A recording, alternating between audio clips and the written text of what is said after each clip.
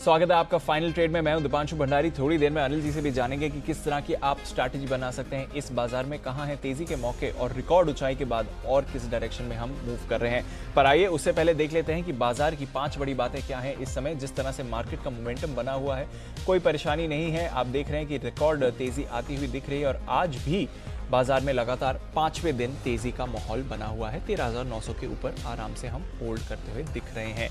इसके अलावा निफ्टी 13,970 के करीब और सेंसेक्स यहां पर 46,300 के ऊपर का रिकॉर्ड आते हुए दिखा है। बैंक निफ्टी 31,300 के ऊपर होल्ड कर रहा है, यह भी एक बड़ी बात है। मेटल्स, फार्मा, रियल्टी शेयरों में दबाव, इंडेक्स 1% तक कमजोर, तो थोड़ा रोटेशन बाजार में आप जरूर देख रहे हैं। और साथ ही यूरोप के बाजार यहां पर आधे % की मजबूती के साथ कारोबार खुला है और सुबह से डाउ फ्यूचर्स तेजी में है। अभी भी अगर आप देखें तो 150 पॉइंट का उछाल आपको वहां पर आते हुए दिख रहा है। तो कोई परेशानी नहीं है इस समय बाजार में, बढ़िया मूड माहौल बना हुआ है। और आप देख भी रहे हैं कि बैंक्स का जो पार्टिसिपेशन है वो आज काफी अहम रहा है। आज सुबह भी अनिल जी से हम चर्चा कर रहे थे, उन्होंने कहा banks, financials, high beta names जो हैं इस पूरे हफ्ते की एक थीम बने हुए हैं। पिछले हफ्ते भी हमने देखा था टुवर्ड्स द एंड एक मोमेंटम आते हुए दिखा था और आज भी वही मोमेंटम कायम है। तो ये एक मजबूत बात आप बाजार में देख रहे हैं। दूसरी बात है जो थोड़ा रोटेशन इस समय होते हुए दिख रहा है, ऑटो स्टॉक्स में एक मोमेंटम आया है। आइशर एक बड़ा ब्रेकआउट के संकेत दे रहा है, वहां पर नजर रखिए। ऑयल एंड गैस स्पेस में आप मूवमेंट देख रहे हैं, थोड़े टायर स्टॉक्स भी पार्टिसिपेशन दिखा रहे हैं और साथ ही आईटी स्टॉक्स, ये एक स्पेस है जहां पर आपको रखनी है नजर, क्योंकि यहां से कुछ चुनिंदा नामों से बाजार को सहारा मिलते हुए दिख रहा है। और एक बड़ी बात, एचडीएफसी और एचडीएफसी बैंक यहां पर भी खरीदारी आती हुई दिख रही है। तो ये एक सपोर्ट का रेंज प्ले कर रहे हैं इस समय बाजार के एक्शन के हिसाब से। तो नजर रखिए, एक्शन भरपूर है इस समय बाजार में। और अनिल जी से भी यही सवाल पूछना था। अनिल जी, डिप कल तो नहीं मिला पर आज जरूर डिप मिला और आज मौके का फायदा उठाना चाहिए था। बिल्कुल, डिप अब मिस करेंगे तो फिर वही दिक्कत बात है। हाँ, लेकिन आज थोड़ी साइजेबल प्रॉफिट बुकिंग आई और आई भी किस लेवल से आप देखिए, 13,975, 14,050, ये वो परफेक्ट रेंज थी जहां पर प्रॉफिट बुकिंग की बात हमने सुबह की थी। और मैंने कहा भी था कि ये लेवल्स मैं अंदाज से ही दे रहा हूँ। आप देखिए एग्जैक्टली 13,967 से घूमी निफ्टी और वहां से लगभग 100 पॉइंट आपको मिले।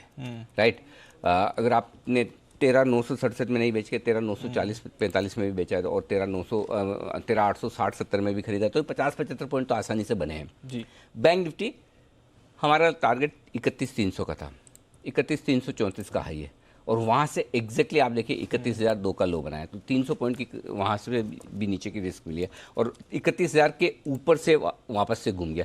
तो एकदम परफेक्ट सेटअप है और यही होना चाहिए, यही होना चाहिए जहाँ पर तेजी करने वाले और मंदी करने वाले दोनों को बराबरी का मौका मिले। आपका कन्विक्शन होना चाहिए, अगर आप सही लेवल से बेचने का कन्विक्शन रखते हैं तो उसमें आपको रिवॉर्ड मिलना चाहिए। तेजी का मार्केट है, कम मिलेगा। और आप तेजी करना चाहते हैं और सही लेवल मिले तो वहाँ हिम्मत करके आप एंट्री कीजिए, आपको पैसा बनेगा। तो ये मार्केट परफेक्ट है एकदम इंडेक्स के लिहाज से, इससे बढ़िया ट्रेड आपको मिल ही नहीं। बिल्कुल वही बात है। बिल्कुल, तो आने वाले आधे 1 घंटे के लिए हाँ बिल्कुल तैयारी है और लगता है डेटा जिस हिसाब से बन रहा है दीप, मुझे लगता है कि कुछ बड़ा इंटरेस्टिंग और बड़ा होने की तैयारी में है बाजारों में और ग्लोबल मार्केट तो सपोर्ट दे ही रहे हैं। कोई बढ़िया सी बात है। बिल्कुल, तो जबरदस्त एक्शन है। कई सारे Nifty stocks all time high पर है, इंडेक्स पर तो नया रिकॉर्ड एक बार फिर से दिखा है और 5वें दिन तेजी का माहौल है। आइए एक्शन को आगे बढ़ाते हैं, बताते हैं आपको कौन से ट्रिगर्स हैं जहां पर आपको रखनी है नजर और साथ ही खबरों वाले स्टॉक्स कौन से हैं।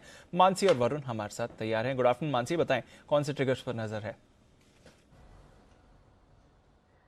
Good afternoon Deepanshu. कल 30 दिसंबर बुधवार का दिन कैबिनेट की महत्वपूर्ण बैठक होने जा रही है जिस पर फोकस होगा। इसके अलावा पीएफसी पर नजर रखेगा। 30 दिसंबर यानी कल के दिन पूंजी जुटाने को लेकर एक बोर्ड बैठक करेगा। यूनियन बैंक शेयर धारकों के साथ एफपीओ, राइट इश्यू, क्यूआईपी पर चर्चा होने वाली है, तो ये एक बोर्ड बैठक है जिस पर फोकस है। और मयूर यूनिकोटर्स 30 करोड़ का बायबैक खुलने जा रहा है। बायबैक का दाम 400 रुपए प्रति शेयर तय किया गया है। गुरुवार के ट्रिगर्स 31 दिसंबर वायदा सीरीज की एक्सपायरी होने जा रही है। वहीं इनकम टैक्स रिटर्न दाखिल करने की आखिरी तारीख भी होगी 31 दिसंबर। और एमटीएनएल बॉन्ड से 2,138 करोड़ जुटाने की योजना कंपनी बना रही है। शेयर धारकों से मंजूरी इसकी मिल चुकी है और इसी पर एक बोर्ड बैठक होने वाली है।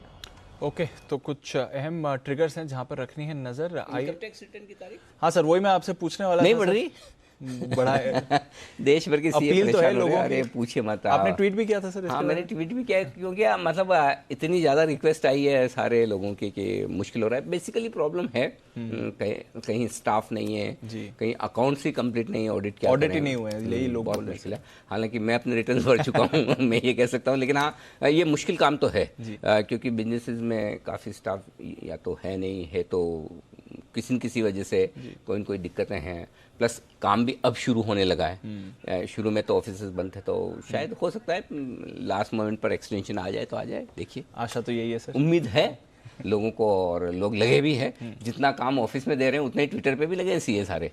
ऐसा नहीं कि मतलब एक रिटर्न फाइल करो, एक ट्वीट करो, वैसा हाल है। मैं भी सरप्राइज हो गया कि मैंने तो इसलिए ट्वीट डाला, मैंने कहा चलो हाँ थोड़ा सेंसिटिव इशू है, सरकार तक बात पहुंचनी चाहिए, और इसलिए मैंने कहा भी मतलब धड़ाधड़ जो वायरल हुआ है, जो सब लोग रीट्वीट, मैंने कहा अरे वाह भाई, ऐसा तो टारगेट हिट होने पे लोग रीट्वीट नहीं करते हैं। तो इसका मतलब ये है, जोक सपाट, इसका मतलब ये कि वाकई में लोगों को तकलीफ है जी, और सुनना चाहिए मेरे ख्याल से। इसमें मुझे नहीं लगता कि सरकार को कुछ नुकसान है बेसिकली, तो सुन ले और एक्सटेंशन कर ले तो बेहतर है। और मैं बोल दूँ, बार छोटा छोटा करने की बजाय सीधा कर दो ना, मार्च तक एक साथ खत्म करें, तो एक साथ झंझट खत्म, आराम से। उन्हें भी पता है कि हम अब 3-4 महीने देगा, अब मत मांगना वैसा। तो मुझे लगता है कि एक अच्छा सब्सटेंशियल एक्सटेंशन हो जाना चाहिए, होना चाहिए, होगा नहीं पता नहीं, हो जाना चाहिए, उम्मीद है कि हाँ, मेरी ओपिनियन है। बाकी ठीक है, हमारी ओपिनियन कितनी मायने रखती है हम जानते हैं। नहीं सर, आप अरे अब आप ऐसे बोलेंगे सर तो नहीं, हमारी भावनाएं आपके साथ है, सारे जितने बिजनेसमैन हैं और चार्टर्ड अकाउंटेंट्स हैं जो तकलीफ वाकई में देख रहे हैं, और मैंने प्रैक्टिकली देखा है। नहीं तो मैं आमतौर पर इतना इजीली ऐसे करता नहीं, लेकिन मैंने प्रैक्टिकली देखा है लोगों को वाकई में मुश्किल आ रही, कई मुश्किल आ रही है। संदीप जैन साहब भी हमारे साथ है, जैन साहब भी फर्स्ट हैंड फीलर कुछ देना चाहते हैं इस मामले पर। जी जैन साहब। नहीं, बिल्कुल अनिल जी, ये बहुत बड़ी प्रॉब्लम है। मैं मेरी एक पर्सनल प्रॉब्लम बता सकता हूँ, मेरी कंपनी की प्रॉब्लम। हमारी कंपनी की अगर रिटर्न्स की बात करें तो नहीं लग पा रही है, बिकॉज हमारे जो सीए हैं वो आईसीयू में है, और मुझे ऐसा लगता है कि जब ऐसी इतनी और काफी दिनों से रिटर्न्स रेडी है, बट चूंकि कोरोना है तो ये कोई 15-20 दिन में कहीं खत्म नहीं होती है। जब कोई बीमार होता है, काफी दिनों से बीमार है, अटकी हुई है, और आप लास्ट मोमेंट पे सीए भी चेंज नहीं कर सकते हो कि मैं दूसरे कोई सीए के पास जाऊं और मैं वो करूं, क्योंकि ये पूरा बोर्ड रेजोल्यूशन निकलता है पूरा ऑडिटर चेंज का और ये सब।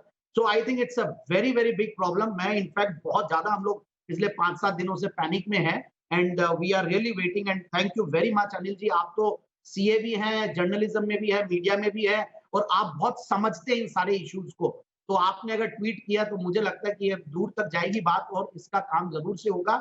और आज सब उम्मीद कर रहे हैं, हम हर जगह CIRC या सारे NIRC सब जगह से भी ऐसे डिस्कस किए हैं, तो सब लोग उम्मीद कर रहे हैं। एंड ऑल द सीएस जहां से भी रिटर्न्स इंडिविजुअल लगती है, टैक्स ऑडिट लगती है, तो मुझे लगता है कि होना चाहिए सर। और वाकई में आपने बहुत अच्छा काम किया अनिल जी ये करके ट्वीट, और मुझे लगता है कि ये बात का इम्पैक्ट जरूर पड़ेगा। Zee business is a very very powerful platform, and that too एक सीए कर रहा है जो समझते हैं। बिल्कुल, और प्रैक्टिकल इश्यूज आ रहे हैं, और सबसे पहले तो जैन साहब मैं उम्मीद करता हूं कि आपके सीए साहब जल्दी स्वास्थ्य लाभ करें। लेकिन ये इसी तरह की कई सारी प्रैक्टिकल प्रॉब्लम्स काफ़ी बिजनेसमैन को आ रही हैं। उम्मीद करें सरकार ध्यान से सुनकर इस पर एक्सटेंशन का फैसला लेगी, ऐसी मेरी रिक्वेस्ट है, ऐसी मेरी दरख्वास्त है। बिल्कुल सर, तो आशा करते हैं, और हमने देखा है पहले तो रेगुलेटरी बॉडीज़ ने एक्शन भी लिया है आपकी रिक्वेस्ट पर, इस बार भी आशा करते हैं कि शायद सीएस को थोड़ा रिलीफ मिले, एक्सटेंशन एक बार और आ जाए। चलिए तब तक एक बार देख लेते हैं खबरों वाले स्टॉक्स कौन से हैं बाजार खुलने के बाद जो एक्शन में आए हैं। वरुण के साथ। Good afternoon Varun. Good afternoon Deep. देखिए, सबसे पहले तो ऑटो कंपनीज, क्योंकि यहाँ ड्राइवर की जो बाजू वाली सीट है उसमें एयर बैग ज़रूरी है, इसके ऊपर सरकार ने एक ड्राफ्ट जो है वो जारी किया है नियमों का।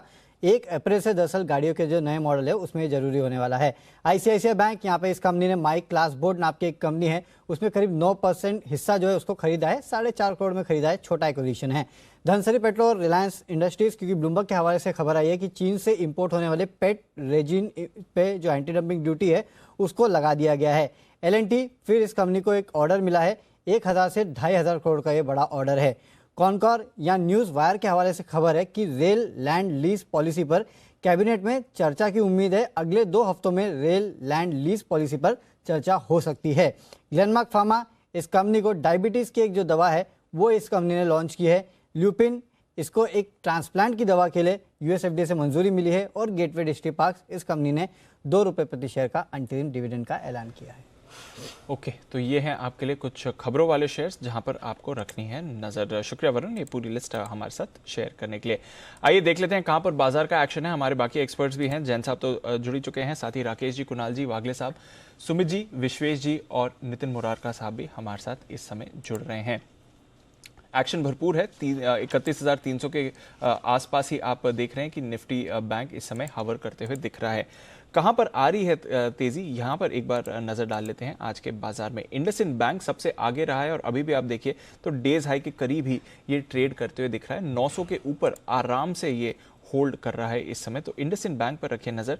सुमित जी ने आज सुबह ये आइडेंटिफाई भी किया था। सुमित जी 910 के तो करीब आ गया। अब बताएं, जिन्होंने सुबह खरीदा है वो स्टॉप लॉस ट्रेल करें, थोड़ा पार्शियल प्रॉफिट बुक करना चाहिए या होल्ड करें पोजीशन को? Good afternoon Deepanshu. अभी तो वेट करें, अभी तो ये और ऊपर का मोमेंटम दिखाएगा। आप देखिए बैंक निफ्टी बहुत स्ट्रांग खड़ा हुआ है, डेज हाई पे बैंक निफ्टी ट्रेड कर रहा है और हो सकता है सेकंड हाफ में हमें और भी ऊपर का मूव बैंकिंग स्टॉक्स और बैंक निफ्टी में देखने को मिले। तो ऐसा होने पे इंडसइंड बैंक में और अपसाइड मोमेंटम देखने को मिलेगा। ऊपर में 910 के ऊपर सस्टेन करने पे 930 940 रुपए तक के लेवल इंडसइंड बैंक में देखने को मिल सकता है। तो 910 का लेवल ब्रेक करने दीजिए, फिर इसमें मोमेंटम और बढ़ेगा। आई थिंक अभी एक बार वेट करना चाहिए, ट्रेलिंग स्टॉप लॉस का यूज करके पोजीशंस को होल्ड करें। 4.5% का दमदार उछाल आपको नजर आएगा यहां पर। लेकिन एक और स्टॉक जो बढ़िया प्रदर्शन करता दिख रहा है वो है एक्सिस बैंक, जो विश्वेश जी ने रिकमेंड किया था। विश्वेश जी, मेरे ख्याल से आपके टारगेट्स तो अब आ चुके होंगे, साइन सील डिलीवर्ड। बताएं अब क्या करना है एक्सिस बैंक में?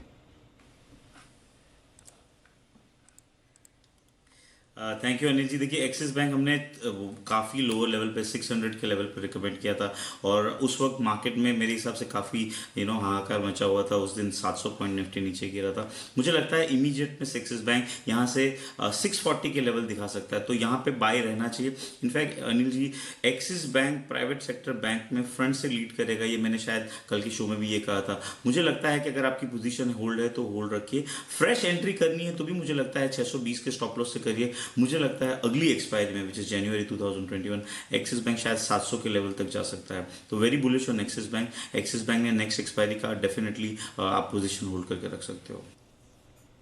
ओके, तो एक्सिस बैंक पर आपको रखनी है नजर। यहां पर आप बढ़िया एक्शन बनते हुए देख रहे हैं। 632 विश्वेश जी का दूसरा टारगेट भी अचीव होते दिखा है। इस बीच कुछ कैश स्टॉक्स में एक्शन आ रहा है। जैन साहब, आज जेम्स में आपने जो एक स्टॉक रेकमेंड किया था ऑलसेक टेक्नोलॉजी, क्या भागा है वो? और क्वेस्टकॉर्प से को भी जैन साहब ने बात किया था कि शायद कुछ रिलेशन है क्वेस्टकॉर्प के साथ, क्योंकि वहां पर भी एक बड़ा उछाल है। जैन साहब, यही आप बता रहे थे ऑलसेक क्वेस्टकॉर्प का जो रिलेशन है?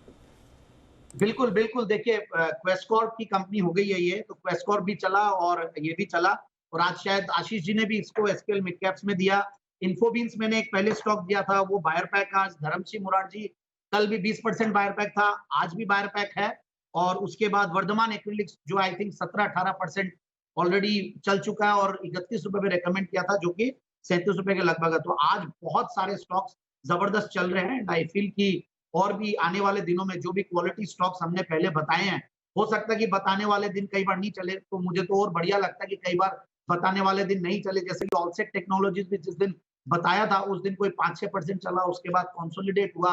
और कई लोग इतने समझदार भी, मेरे पास फोन आते हैं अनिल जी और दीपांशु जी की, हम लोग तो जानबूझ के आजकल बाद में खरीदते हैं 5-7 दिन बाद, और बहुत बढ़िया चलता है क्योंकि नॉइज लेवल भी कम हो जाता है, वॉल्यूम भी ड्राई अप हो जाते हैं और फिर खरीदते हैं। तो जबरदस्त परफॉर्मेंस दिया है। तो आई थिंक बहुत सारे टारगेट्स अचीव हो रहे हैं एसपीएल मिड कैप्स में भी और जैन साहब के जेम्स वाले स्टॉक्स के भी। एंड आई थिंक जो हमारे पूरा दिग्गज पैनल है, सारे ही जो एक्सक्लूसिव पैनलिस्ट है, सबके स्टॉक्स बहुत बढ़िया कर रहे हैं। एंड आई फील कि आने वाले दिनों में और भी अच्छे पैसे बनेंगे। बस फॉलो करते रहिए, कन्विक्शन के साथ लीजिए, लिवरेज मनी नहीं होना चाहिए, दैट इज मोर इम्पोर्टेंट। बिल्कुल। और ऑलसेक आज आशीष कुकरेजा साहब ने रेकमेंड किया था, पर जैन साहब से भी इसके बारे में पहले बात हुई, तो वहां पर नजर रखिए। और क्वेस्टकॉर्प पर भी नजर रखिए क्योंकि इस पर भी एक जबरदस्त उछाल आ रहा है। एक और स्टॉक जो कुणाल जी को पहले पसंद आता था और शायद कुणाल जी के पोर्टफोलियो में भी, टिमकेन इंडिया। कुणाल जी अभी भी होल्ड करते हैं? आज 7% का मूव आया है टिमकेन इंडिया में, क्या चल रहा है सर इस काउंटर में?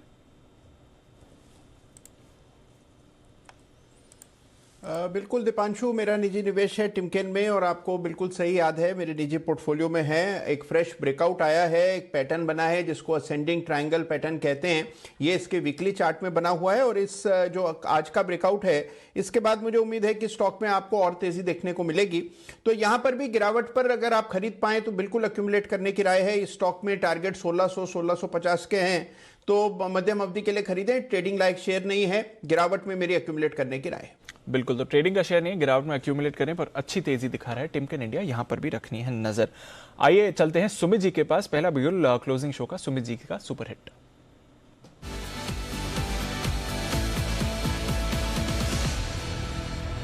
बताएं सुमित जी। दीपांशु, बाय का स्टॉक रडार पे आया है। स्टॉक का भाव चल रहा है 24 रुपए 90 पैसा 25 रुपए। कैश का स्टॉक है, स्टॉक में मोमेंटम बिल्डअप हुआ और स्टॉक यहां से भागने को तैयार है। 10% से लेके 15% का अपसाइड मूव देखने को मिलेगा। तो स्टॉक का नाम है दीपांशु एमएमटीसी। एमएमटीसी के अंदर मोमेंटम बढ़ रहा है। लास्ट 4 दिनों के स्टॉक के अंदर हाई ब्रेक हो रहे हैं। स्टॉक के अंदर क्लास वॉल्यूम देखने को मिल रहा है 50 लाख शेयर्स के आसपास का। स्टॉक यहां से मेरे को लग रहा है 27 रुपए, 28.5 रुपए, ये 2 टारगेट्स के लिए तैयार हुआ है। स्टॉक वैसे भी एक तेजी का ट्रेंड के अंदर है, उसके बाद छोटा सा रिट्रेसमेंट देखने को मिला और आज उस रिट्रेसमेंट का एंगल्फिंग कैंडल देखने को मिल रहा है। तो ये पॉजिटिव साइन है स्टॉक के लिए। जिस वॉल्यूम्स के साथ स्टॉक के अंदर ये प्राइस एक्शन देखने को मिल रहा है, उसको देखते हुए मेरे को लगता है कि एमएमटीसी यहां से मिनिमम 10% से लेकर 15% का अपसाइड मूव दिखाने को तैयार है। 27 और 28.5 ये 2 टारगेट्स को ध्यान में रखते हुए एमएमटीसी में खरीदारी करें। नीचे में स्टॉप लॉस लगा सकते हैं 23 रुपए 50 पैसे का। 23.5 रुपए के स्टॉप लॉस से खरीदारी करनी है 27 से 28.5 के टारगेट्स के लिए। ओके, तो ये है एमएमटीसी जहां पर आपको करनी है खरीदारी और एक्शन इस पर भी भरपूर हो रहा है। जैसे कि हम हाईलाइट कर रहे थे, कुछ कैश स्टॉक्स में भी अभी मूवमेंट भरपूर आते हुए दिख रहा है। आखिरी 1-1.5 घंटा थोड़ी एक्टिविटी और बढ़ रही है। हिंद कॉपर जो सुमित जिसे हम चर्चा कर रहे थे सुबह, वहां पर भी आपने एक अच्छी मूव आती हुई दिखी है। रैलिस इंडिया ये एक और स्टॉक है जहां पर एक ब्रेकआउट के संकेत आए हैं, तो यहाँ पर भी आप नज़र रखिए जिस तरह से एक्शन बन रहा है। आइए कुछ और स्टॉक्स के बारे में जानते हैं जहां पर मूवमेंट आ रहा है। सुबह टाटा केमिकल्स पर हम बात कर रहे थे, 500 के ऊपर गया है काउंटर और कुछ ट्रिगर्स हैं टाटा केमिकल्स के लिए जिसकी वजह से आपको इस स्टॉक पर रखनी है नजर। वरुण बताएं, टाटा केमिकल्स क्या चल रहा है इसमें? देखिए, इसमें जो चल रहा है वो है ईवी। दरअसल कल नितिन गडकरी जी ने बयान दिया कि भारत में टेस्ला जो है वो अपनी ईवी के काफ़ी सारे मॉडल्स अगले साल लाने वाला है, यानी कि 2021 में। और उन्होंने ये भी कहा कि अगर डिमांड अच्छी रही तो टेस्ला इंडिया में मैन्युफैक्चरिंग भी जो है उसको शुरू कर सकता है। सिर्फ यही नहीं, उन्होंने ये भी कहा कि भारत बेंज जो है, मर्सिडीज बेंज जो है, माफ़ कीजिएगा, वो भी भारत में इलेक्ट्रॉनिक ट्रक जो है वो लॉन्च करने की सोचा है और भारत जो है वो ऑटो व्हीकल्स मैन्युफैक्चरिंग का एक हब बन सकता है। तो उनका जो पूरा फोकस था वो था इलेक्ट्रॉनिक व्हीकल्स पे। अब इससे टाटा केमिकल्स को क्या फ़ायदा होता है ये आप समझिए। दरअसल टाटा केमिकल्स जो है वो लिथियम आयन बैटरीज को रिसाइकल करता है और उसके जो काफ़ी सारी जो बाकी चीज़ें निकलती है उनका इस्तेमाल फिर से बैटरी बनाने में किया जाता है। जैसे कि कोबाल्ट है, उसको जब रिसाइकल ये करते हैं तो वो एज ए बाय प्रोडक्ट उसमें से निकलता है। और इन्होंने हाल ही में इंस्पेरिको टीएम नाम का एक प्रोडक्ट लॉन्च किया था जो कि एक हाई ग्रेड इंडस्ट्रियल केमिकल है और जो कि दुनिया का सबसे पहला रिसाइकल कोबाल्ट है। अब इसका ये करेंगे क्या? इसका इस्तेमाल दरअसल लिथियम आयन बैटरीज को बनाने में फिर से होता है और ये कंपनी दरअसल आगे चल के अपनी लिथियम आयन बैटरी की खुद एक प्लांट बनाने की, यहाँ प्लांट डालने की योजना बना रही है। इनफैक्ट डोलेरा जो कि गुजरात में है, वहाँ पे इस कंपनी ने सेल मैन्युफैक्चरिंग के लिए 800 करोड़ के आसपास का निवेश भी सोच के रखा है और माना जा रहा है कि वहीं ये लिथियम आयन बैटरी के जो मैन्युफैक्चरिंग है वो भी करेगी। अब तक देश में कोई भी ऐसी कंपनी नहीं है जो लिथियम आयन बैटरीज बनाती है, तो अगर टाटा केमिकल्स इसको बनाता है तो उसका एक बहुत बड़ा फायदा इस कंपनी को मिल सकता है। इसके अलावा आपने देखा कि जैसे टेस्ला की न्यूज़ आई, टाटा केमिकल्स जैसे स्टॉक जो है उसमें तेजी देखने मिली। इसके अलावा और एक ट्रिगर है कि केमिकल्स के जैसे दाम बढ़ रहे हो, सोडा ऐश के दाम जो हमने पिछले कुछ दिनों में देखे करीब 24-25% के आसपास बढ़े हैं, इस कंपनी को उसका भी फायदा मिलता है। तो वो भी है, लेकिन वो थोड़ा लंबा टर्म का ट्रिगर है। आज का ट्रिगर तो इलेक्ट्रॉनिक व्हीकल है। दीप, एक चीज़ बताइए, ये आप तो इंग्लिश चैनल से हिंदी में आए, मुझे ऐसा लगा वरुण का इरादा हिंदी से इंग्लिश में जाने का। तैयारी पूरी है सर। मैं देख रहा हूँ, मतलब जिस हिसाब से मुश्किल नामों का जो प्रयास कर रहे हैं, कौन सा वाला प्रोडक्ट बताया था? Lithium ion battery? नहीं, वो तो सबको पता है। नहीं, वो नया प्रोडक्ट जो उन्होंने लॉन्च किया। अच्छा, इंस्पेरिको टीएम। हाँ, वही वाला। ओके, चलिए प्रयास जारी रखें। डेफिनेटली। कौन से? इंग्लिश में बोलने के कि हाँ, हिंदी में बोलने के? ना, इंग्लिश में बोलने के, हिंदी में बोलने के, यही के। इधर उधर के प्रयास न करें। चलिए, तो ये है टाटा केमिकल पर बड़ी खबर और इसकी वजह से टाटा केमिकल दिख रहा है एक्शन में भी। तो आइए टाटा केमिकल पर भी एक राय ले ली जाए। जरा एक बार पूछ लेते हैं कुणाल जी से। कुणाल जी, चार्ट देखिए और बताइए।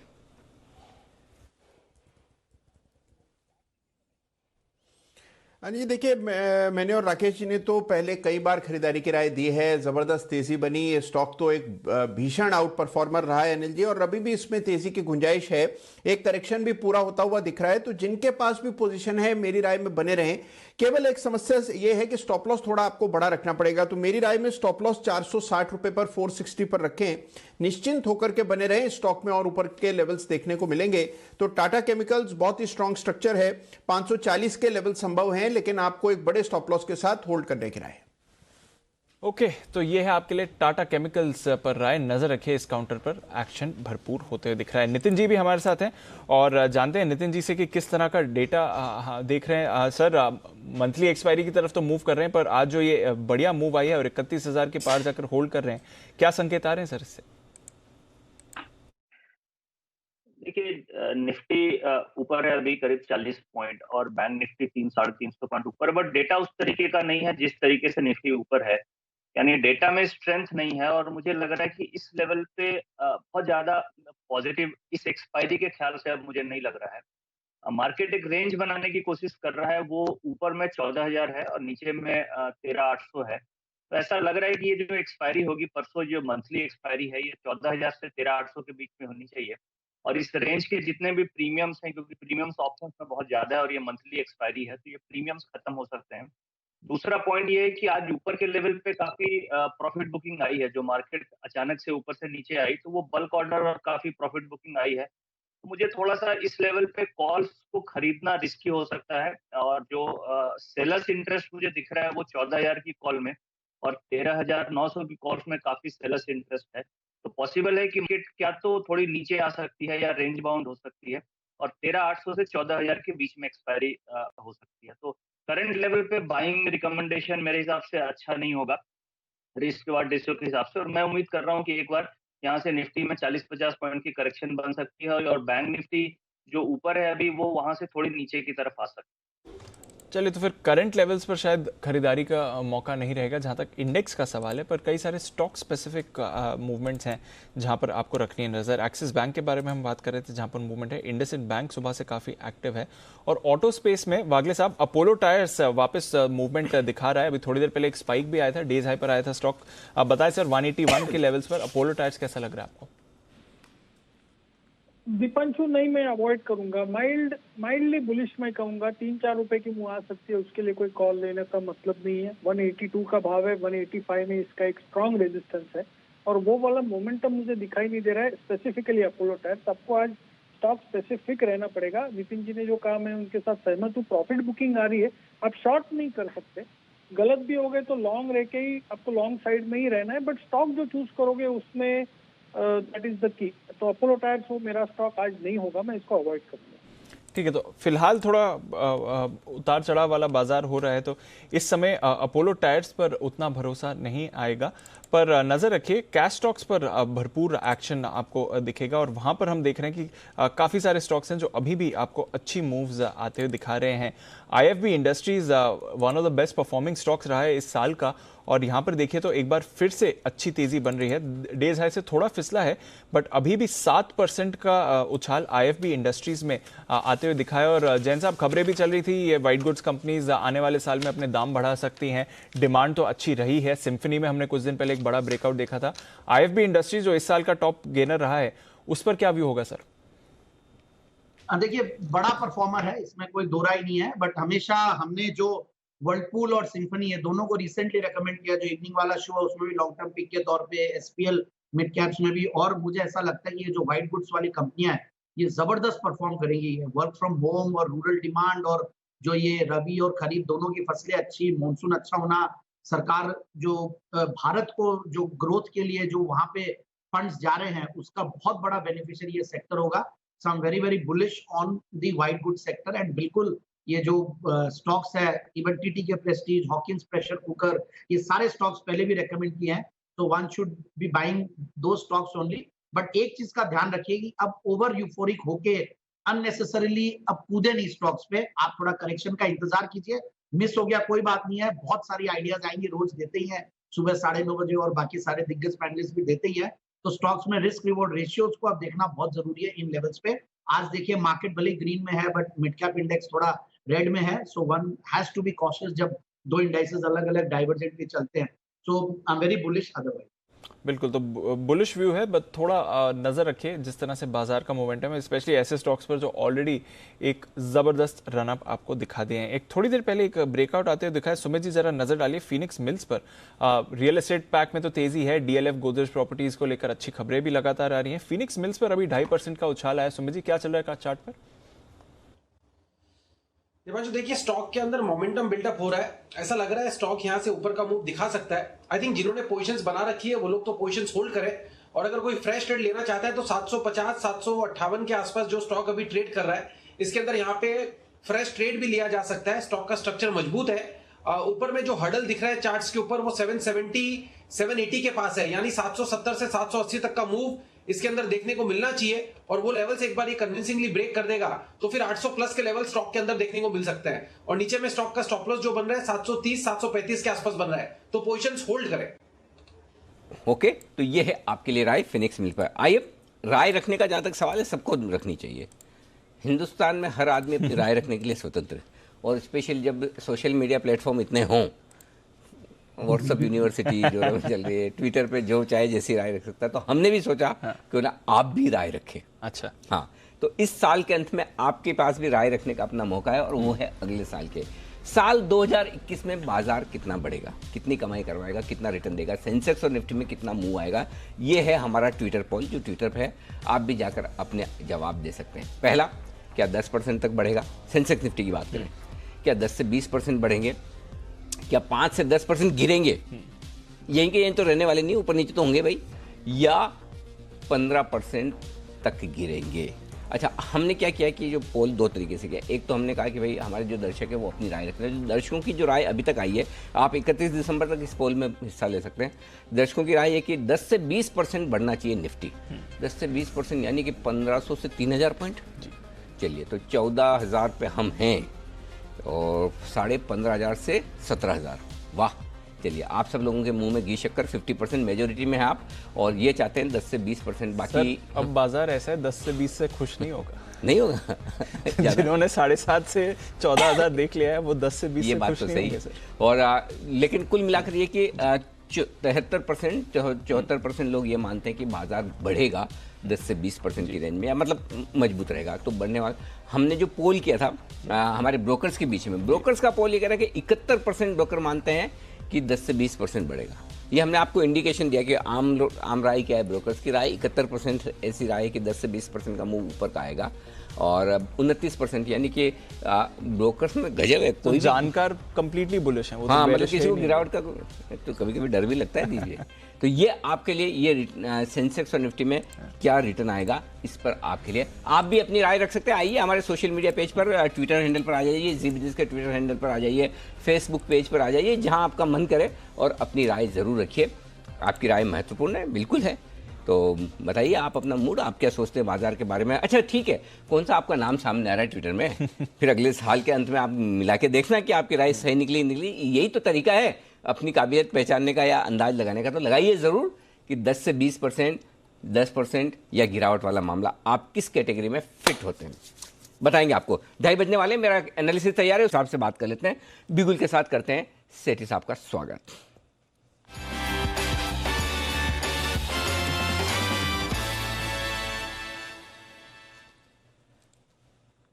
सेठी साहब स्वागत है आपका। बताएं सर, आज मूड माहौल को देखते दो तो होंगी पिक्स। हाँ, good afternoon Anil ji. 2 stocks है, लेकिन आज थोड़ा चेंज है कि दोनों स्टॉक कैश मार्केट के स्टॉक है। चलिए कोई बात नहीं, बताएं सर। अनिल जी, जो पहला स्टॉक है कैश मार्केट का जिसमें खरीदारी करने की सलाह है, वो एक पावर इंफ्रास्ट्रक्चर से रिलेटेड कंपनी है। स्टॉक का नाम है टेक्नो इलेक्ट्रिक, जो कि अभी 213-14 के लेवल पे ट्रेड करता है। ये स्टॉक आमतौर पे अनआइडेंटिफाइड जैसा स्टॉक है, हम आमतौर पे चैनल पे इसकी चर्चा नहीं करते, ये काफी बार कवर नहीं होता है स्टॉक। ये कंपनी ईपीसी बिजनेस में है, पावर सेक्टर को कैटर करती है, फिर ऑपरेशंस और मेंटेनेंस के कॉन्ट्रैक्ट भी लेती है।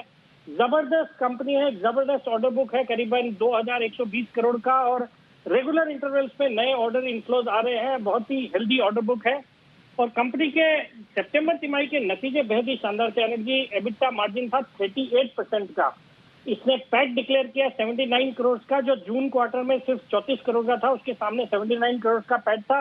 और आमतौर पे भी अगर आप FY20 के इनके मार्जिन देखेंगे तो 25% की ऑपरेटिंग प्रॉफिट मार्जिन है। डेट इक्विटी रेशियो है 0। एक अच्छी कैगर से कंपनी ग्रो कर रही है। प्रोमोटर्स की हिस्सेदारी 60%, कोई प्लेज नहीं है। और बाकी DIIs भी अच्छी खासी 28% हिस्सेदारी इसमें ओन करते हैं। और मैंने देखा कौन कौन से फंड इसमें ओन करते हैं, तो सभी फंड मोरलेस, SBI, L&T, कोटक, DSP, फिर फ्रैंकलिन टेम्पल्टन, HDFC लाइफ, सभी फंड्स ने इसमें हिस्सेदारी ली हुई है। तो स्टॉक अच्छा लग रहा है। मुझे लगता है कि करंट लेवल से बहुत ही शॉर्ट टर्म में 230 तक के लेवल्स देखे जा सकते हैं। स्टॉप लॉस रखना 205 का। और बाकी अगर आपका लॉन्ग टर्म का व्यू है तो इस स्टॉक में कोई चिंता की बात नहीं, बिल्कुल बने रहना चाहिए। Over the next 9 to 12 months मुझे लगता है 350 रुपए तक के लेवल्स भी आ सकते हैं। ओके, क्या बात है, 350 तक के टारगेट, गजब। और ये टारगेट ऐसे ही दमदार जैन साहब ने भी दिए हैं। जेम्स में इस स्टॉक है, आज तो जेम्स साहब के स्टॉक ही सब घूम फिर के सब तरफ से निकल रहे हैं। जैन साहब, खुशी तो बहुत हो रही होगी आपको। हाँ, अच्छा लगता है कि सारे दिग्गज एनालिस्ट और सबके रडार पे भी आया हुआ है, और टेक्निकली भी अच्छा है, फंडामेंटली भी अच्छा है। टेक्नो नाम ही है, तो टेक्नो फंडा पिक था मेरा ये। और इनफैक्ट मैंने जब दिया था तो 230 के लेवल्स थे, वेरी फ्रैंकली एडमिट दैट, और वहां से नीचे आज, और आज विकास जी ने दिया है तो आज बहुत अच्छा चला हुआ भी है। और मैंने 270 के टारगेट दिए थे, 15 दिसंबर के दिन की बात है। तो मुझे लगता है बहुत ही फैंटास्टिक स्टॉक है। फंडामेंटल्स विकास जी ने सारे बताए हैं और बहुत ही बढ़िया है। मतलब आप फंडामेंटल्स को देखेंगे, नंबर्स देखेंगे, डेटा देखेंगे, it is one of the unique place. And मैंने कुछ चैनल चेक्स भी किए हुए कंपनी के बारे में। कई जगह होती है जहां से पता करते हैं कि भाई कई स्टेक होल्डर्स होते हैं, not equity stake holders but और भी तरीके होते हैं। तो बहुत बढ़िया स्टॉक है। मुझे लगता है कि ये स्टॉक और भी अच्छा करेगा। बिल्कुल जो 275-300 के टारगेट है इजीली अचीवेबल है जो सेठी साहब ने दिए। ओके, तो सेठी साहब के टारगेट्स 300 तक के अचीवेबल हैं, आराम से मिल सकते हैं, चिंता करने की, घबराने की जरूरत है नहीं। आइए दूसरा स्टॉक भी सेठी साहब का, अच्छा वो भी तो आपने कैश स्टॉक ही बताया इस बार, तो बताएं सेठी साहब। हाँ बिल्कुल अनिल जी, पहले तो संदीप ने भी इस स्टॉक का रेकमेंड किया, हो सकता है उस दिन मुझे पता नहीं चला, नहीं तो मैं जरूर बोलता कि ये भी स्टॉक कवर्ड है। थोड़ी किया उन्होंने पहले किया था। हाँ तो... वही आज का नहीं, मैं बोल रहा हूँ कभी भी कवर किया, मुझे लगा एक अनआइडेंटिफाइड स्टॉक है। नहीं, ये तो हमारे जॉब प्रोफाइल में कि किसने क्या रिकमेंड किया याद रखेगा, आपको याद रखने की जरूरत नहीं, रह जाए तो बढ़िया बात है। नहीं, बट आमतौर पे चैनल यही चलता रहता है तो याद रहता ही है। ठीक बात है, कोई वॉशरूम गया हूँ या कहीं और बिजी हूँ तो उस समय नहीं देखा होगा, बट ओवरऑल अच्छा। ये तो फिर बड़ी चिंता की बात है। हमारे शो के बीच में अगर आप उठकर इधर उधर जाते हैं, इसका मतलब हमारा शो स्टिकी नहीं है इतना, मतलब हमारा शो इतना बढ़िया नहीं जा रहा है। अगर आप अपनी कुर्सी से हिल जाएं तो फिर तो हमारे लिए बड़ी सोचने वाली बात है। शो थोड़ा और बेहतर करना पड़ेगा सेठी साहब। नहीं अनिल जी, सुबह 8 बजे से 3:30 के बीच में अब हर समय तो नहीं हो सकते ना अनिल जी। ठीक बात है, बताइए सर दूसरा स्टॉक आपका। हाँ अनिल जी, देखो दूसरा स्टॉक जो है वो मैंने पिछले कुछ दिनों में 1-2 बार रिकमेंड करा हुआ है। एक जबरदस्त कंपनी है और आज वापस इसको रिकमेंड करने के पीछे भी कारण है। स्टॉक का नाम है NCC नागार्जुना कंस्ट्रक्शन कंपनी, जो कि अभी 59 रुपए के लेवल पे ट्रेड कर रहा है। एक लीडिंग इंफ्रा और EPC कंपनी है, सॉलिड बैलेंस शीट है, मतलब विद इन ये इंफ्रास्ट्रक्चर स्पेस इस तरह की बैलेंस शीट बहुत ही कम कंपनियों की है। एक 30,000 करोड़ का ऑर्डर बुक है, नए ऑर्डर्स बिल्कुल मिल रहे हैं। फिर आंध्र प्रदेश गवर्नमेंट के साथ भी जो दिक्कतें थी वो भी दूर हो गई है। बाजार के मार्केट इन्वेस्टर राकेश झुनझुनवाला जी ने स्टेक बनाया रिसेंटली। एक जो अभी नया ट्रिगर है, एक तो कल इनकी बोर्ड मीटिंग है जिसमें प्रोमोटर्स प्रेफरेंशियल वारंट के जरिए इसमें हिस्सेदारी बढ़ाने की बात करने वाले हैं, तो वो एक बड़ा ट्रिगर है, मुझे लगता है वो एक पॉजिटिव रहेगा। और दूसरा, एक अभी सरकार ने फास्टैग को कंपलसरी कर दिया है 1 जनवरी से, 2-3 दिन बाद से। और हाल ही में जो टोल कलेक्शन के नंबर्स आए, सिंगल डे में फास्टैग के बाद 80 करोड़ का कलेक्शन हुआ। इस कंपनी के भी बहुत सारे रोड प्रोजेक्ट्स हैं अक्रॉस डिफरेंट स्टेट, जैसे आंध्र प्रदेश, तेलंगाना, गुजरात, यूपी, महाराष्ट्र, कई बड़े बड़े एक्सप्रेसवेज बनाए हैं।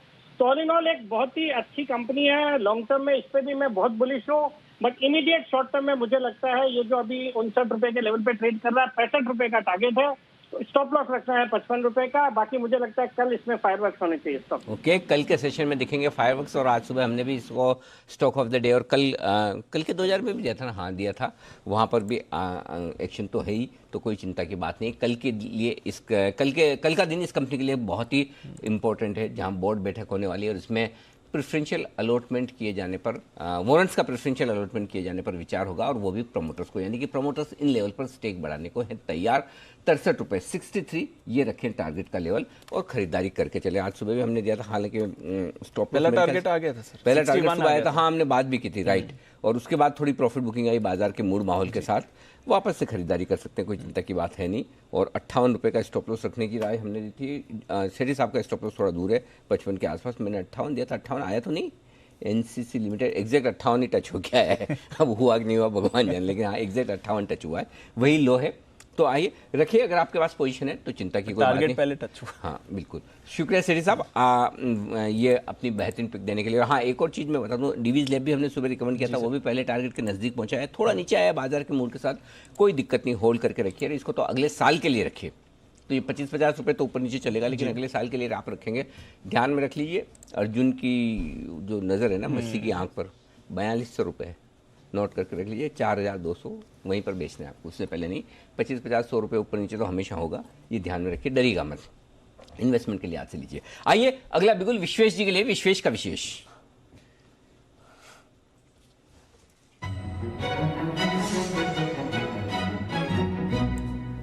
बताएं विश्वेश जी। जनरली अनिल जी मैं एफएनओ के स्टॉक्स ट्रैक करता हूं, लेकिन कई सारे ऐसे पैटर्न होते हैं कैश में जो मुझे लगता है बहुत ब्रिलियंट परफॉर्म करेंगे। तो एक स्टॉक है विनती ऑर्गेनिक्स, जो करीबन 1200 रुपये के आसपास चल रहा है, अभी जस्ट मूव आया है, 1215 हुआ है। मुझे लगता है ये स्टॉक बहुत जोर से दौड़ लगाने के लिए तैयार है, क्योंकि करंट लेवल पर जिस हिसाब से मैं देख रहा हूँ, ब्यूटीफुल डाइवर्जेंसेस के साथ में जिस हिसाब से बाय ट्रिगर हुआ है, ये स्टॉक यहाँ से एटलीस्ट 1400 के लेवल देखने मिलने चाहिए अनिल जी। विनती ऑर्गेनिक्स को 1150 के स्टॉप लॉस से खरीदना चाहिए, टारगेट 1350 और 1400 का।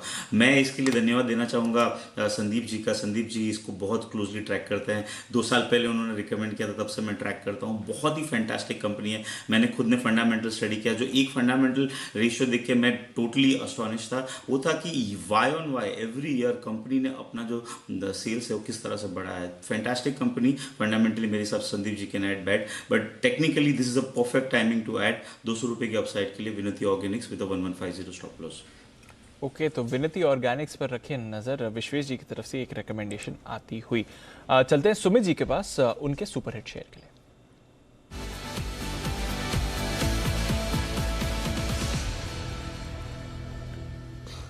बताएं सुमित जी। दीपांशु बाय का स्टॉक रडार पे आया है। ये स्टॉक का अभी भाव चल रहा है दीपांशु 84 रुपीज 50 पैसा। ये स्टॉक में आप ट्रेड करें और पैसा बनाएं। स्टॉक का नाम भी है मेग मनी। मेग मनी के अंदर यहां से एक अच्छा पैसा बन सकता है। मेग मनी यहां से ऊपर का मूव दिखाने को तैयार है। सीएमपी पे स्टॉक के अंदर खरीदारी करके चलने का सलाह रहेगा। मेग मनी के अंदर मेरे को लग रहा है कि एक अच्छा खासा वॉल्यूम के साथ एक प्राइस एक्शन देखने को मिल रहा है, और जिस तरह का प्राइस एक्शन देखने को मिल रहा है, स्टॉक यहां से कम से कम 90 रुपए तक का मूव दिखाना चाहिए, और 90 का लेवल अगर तोड़ता है तो ये ऊपर में फिर 95 रुपए तक का मूव भी दिखा सकता है। तो मेग मनी के अंदर कंटिन्यूसली एक तेजी के ट्रेंड के बाद थोड़ा सा कंसोलिडेट हुआ और कंसोलिडेशन का ब्रेकआउट देखने को मिल रहा है। स्टॉक के अंदर खरीदारी करें, जिन्होंने बाय कर रखा है वो होल्ड करें। नीचे में स्टॉप लॉस लगाए 79 का, ऊपर में टारगेट बनेगा 90 से लेकर 95 तक का। स्टॉक के अंदर खरीदारी करके चलने का सलाह रहेगा। ओके तो ये है आपके लिए मेग मनी पर खरीदारी की राय पर। आइए चलते हैं अब अनिल जी के पास और बिगुल स्ट्रैटेजी का।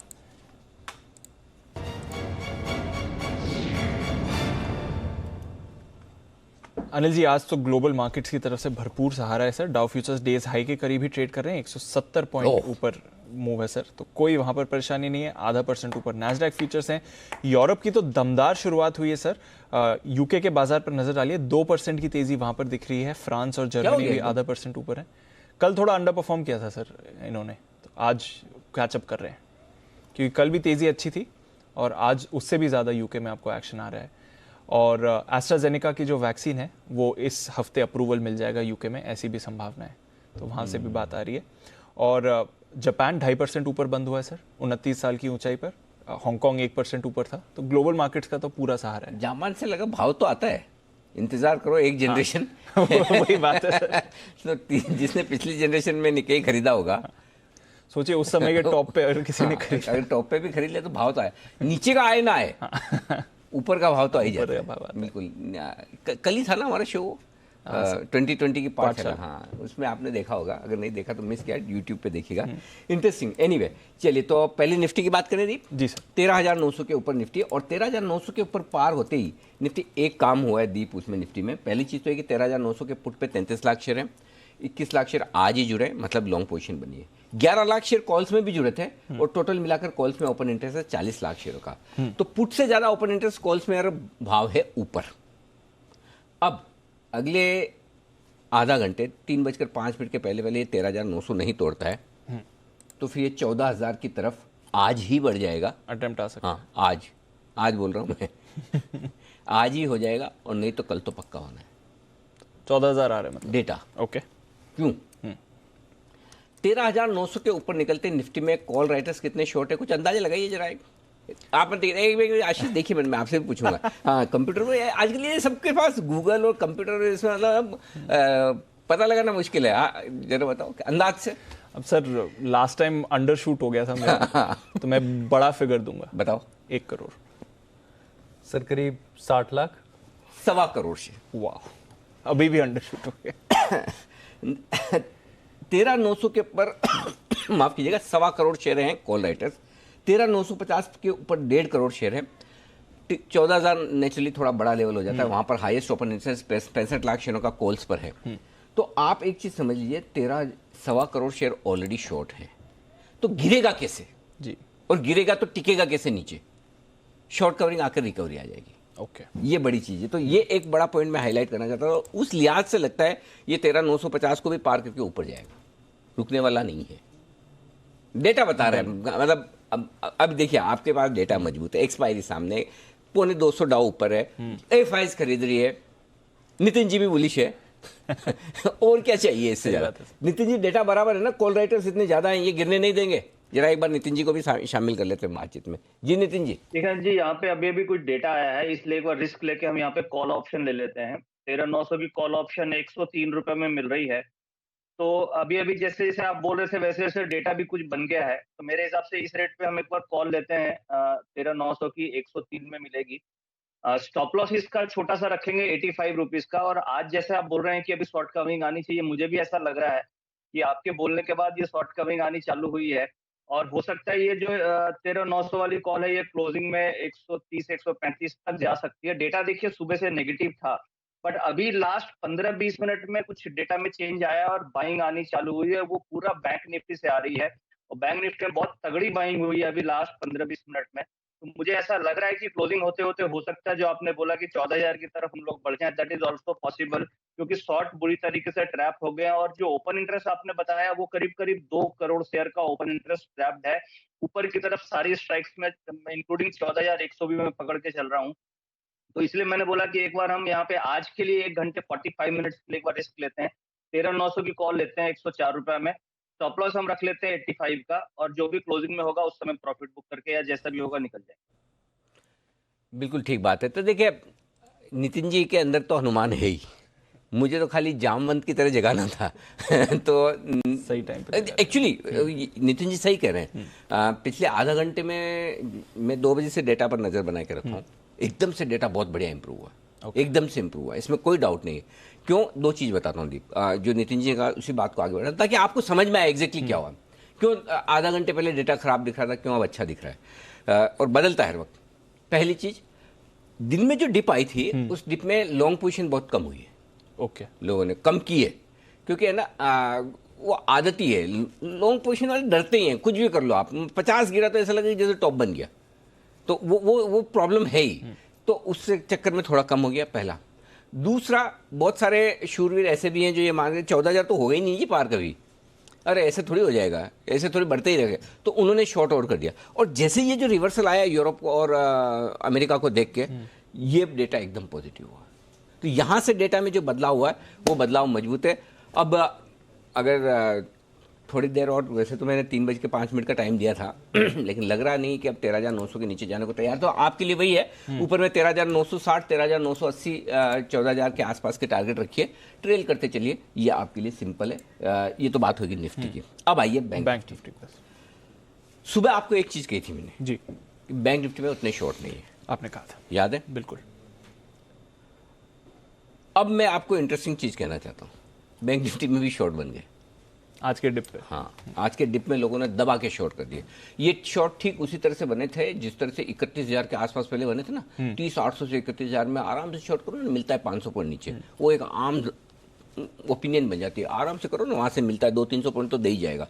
इस तरह के शॉर्ट बने। 31,300 पे 9 लाख शेयर हैं, 31,400 पे 6 लाख शेयर है, 31,500 पे 12 लाख शेयर है। अभी आप कहाँ चल रहे हैं? 31,300 के ऊपर। मैं स्पॉट लेवल की बात कर रहा हूँ जी सर। 31,300 के ऊपर बैंक निफ्टी शॉर्ट होते 43 लाख शेयर बैंक निफ्टी के शॉर्ट है। 43 लाख शेयर, 43 लाख शेयर, ये गिरने ही नहीं देंगे। तो thank you very much short sellers जिनकी वजह से बाजार वापस ऊपर आ रहा है। तो प्लीज आपसे तेजी ना हो मत करिए, कोई दिक्कत कौन सी जरूरी है? कसम खा के थोड़ी निकले, सर पे कफन थोड़ी बांधा कि आज तेजी करेंगे, नहीं होती मत करिए, लेकिन मंदी मत करिए ना करें, क्योंकि ये बाजार जो बढ़ने का श्रेय है ज्यादा मंदी करने वालों को देना चाहिए। प्लीज ये याद रखिए कि ये मंथली एक्सपायरी वाला हफ्ता है, वीकली नहीं है कि आपके हाथ में खेल है, गेम किसी और के हाथ में, और वो हैं एफआईज, बड़े इन्वेस्टर्स। तो प्लीज उनके सामने मंदी करना रिस्की, नीचे आए ले लीजिए, वो ज्यादा बढ़िया। डेटा बिल्कुल मजबूत है, कोई दिक्कत की नहीं, आप अपनी तेजी की पोजीशन को होल्ड करके रखिए आराम से। नीचे आए 25-50 पॉइंट खरीदना है बस। अभी बैंक निफ्टी क्या करें सर, कोई लेवल नेक्स्ट? तो क्या करना चाहते हो आप? निफ्टी पर तो आपने खरीदारी करवा दी 14,000 की। 31,425, 31,500 ओके, दो अगले लेवल थोड़ी मूव है अभी। हाँ, 31,300 मेरा आज का जो टारगेट था, मैंने कहा बहुत हो गया तो 31,425, तो 31,425 31,500 तक जगह है। But 31,300 done for the day, मतलब मैं भी तो कहीं तो रिलीव हूँ डन फॉर द डे वैसा वाला। और फिर मैं बता दूं, 2 दिन पहले हीरो या जीरो वाला कॉल दिया था गुरुवार को, ऑप्शन में हिट हुआ, मैं मानता हूँ। लेकिन आप सोचो, अगर आपने ऑप्शन बाद में दिया था, पहले फ्यूचर्स का ही कॉल दिया था, आप सोचो वहां से 1000 पॉइंट ऊपर, 1000 पॉइंट हो गया, 800 पॉइंट तो है ही। तो ये आप मिनट टू मिनट ट्रेड करते हो, ऊपर नीचे होगा। अगर आप कॉन्फिडेंस के साथ ट्रेड करेंगे और थोड़ा सा 2 दिन 3 दिन का सोचेंगे तो पैसा बन जाएगा। ये वैसा मार्केट है। और आज तो डिप भी मिला, तो मौका भी आपको मिला था खरीदारी का, पर और एक्शन भरपूर है और ऊपर के लेवल्स आ सकते हैं। इस बीच सुमित जी के पास एक और कॉल तैयार है, बिगुल सुमित के सुपर हिट।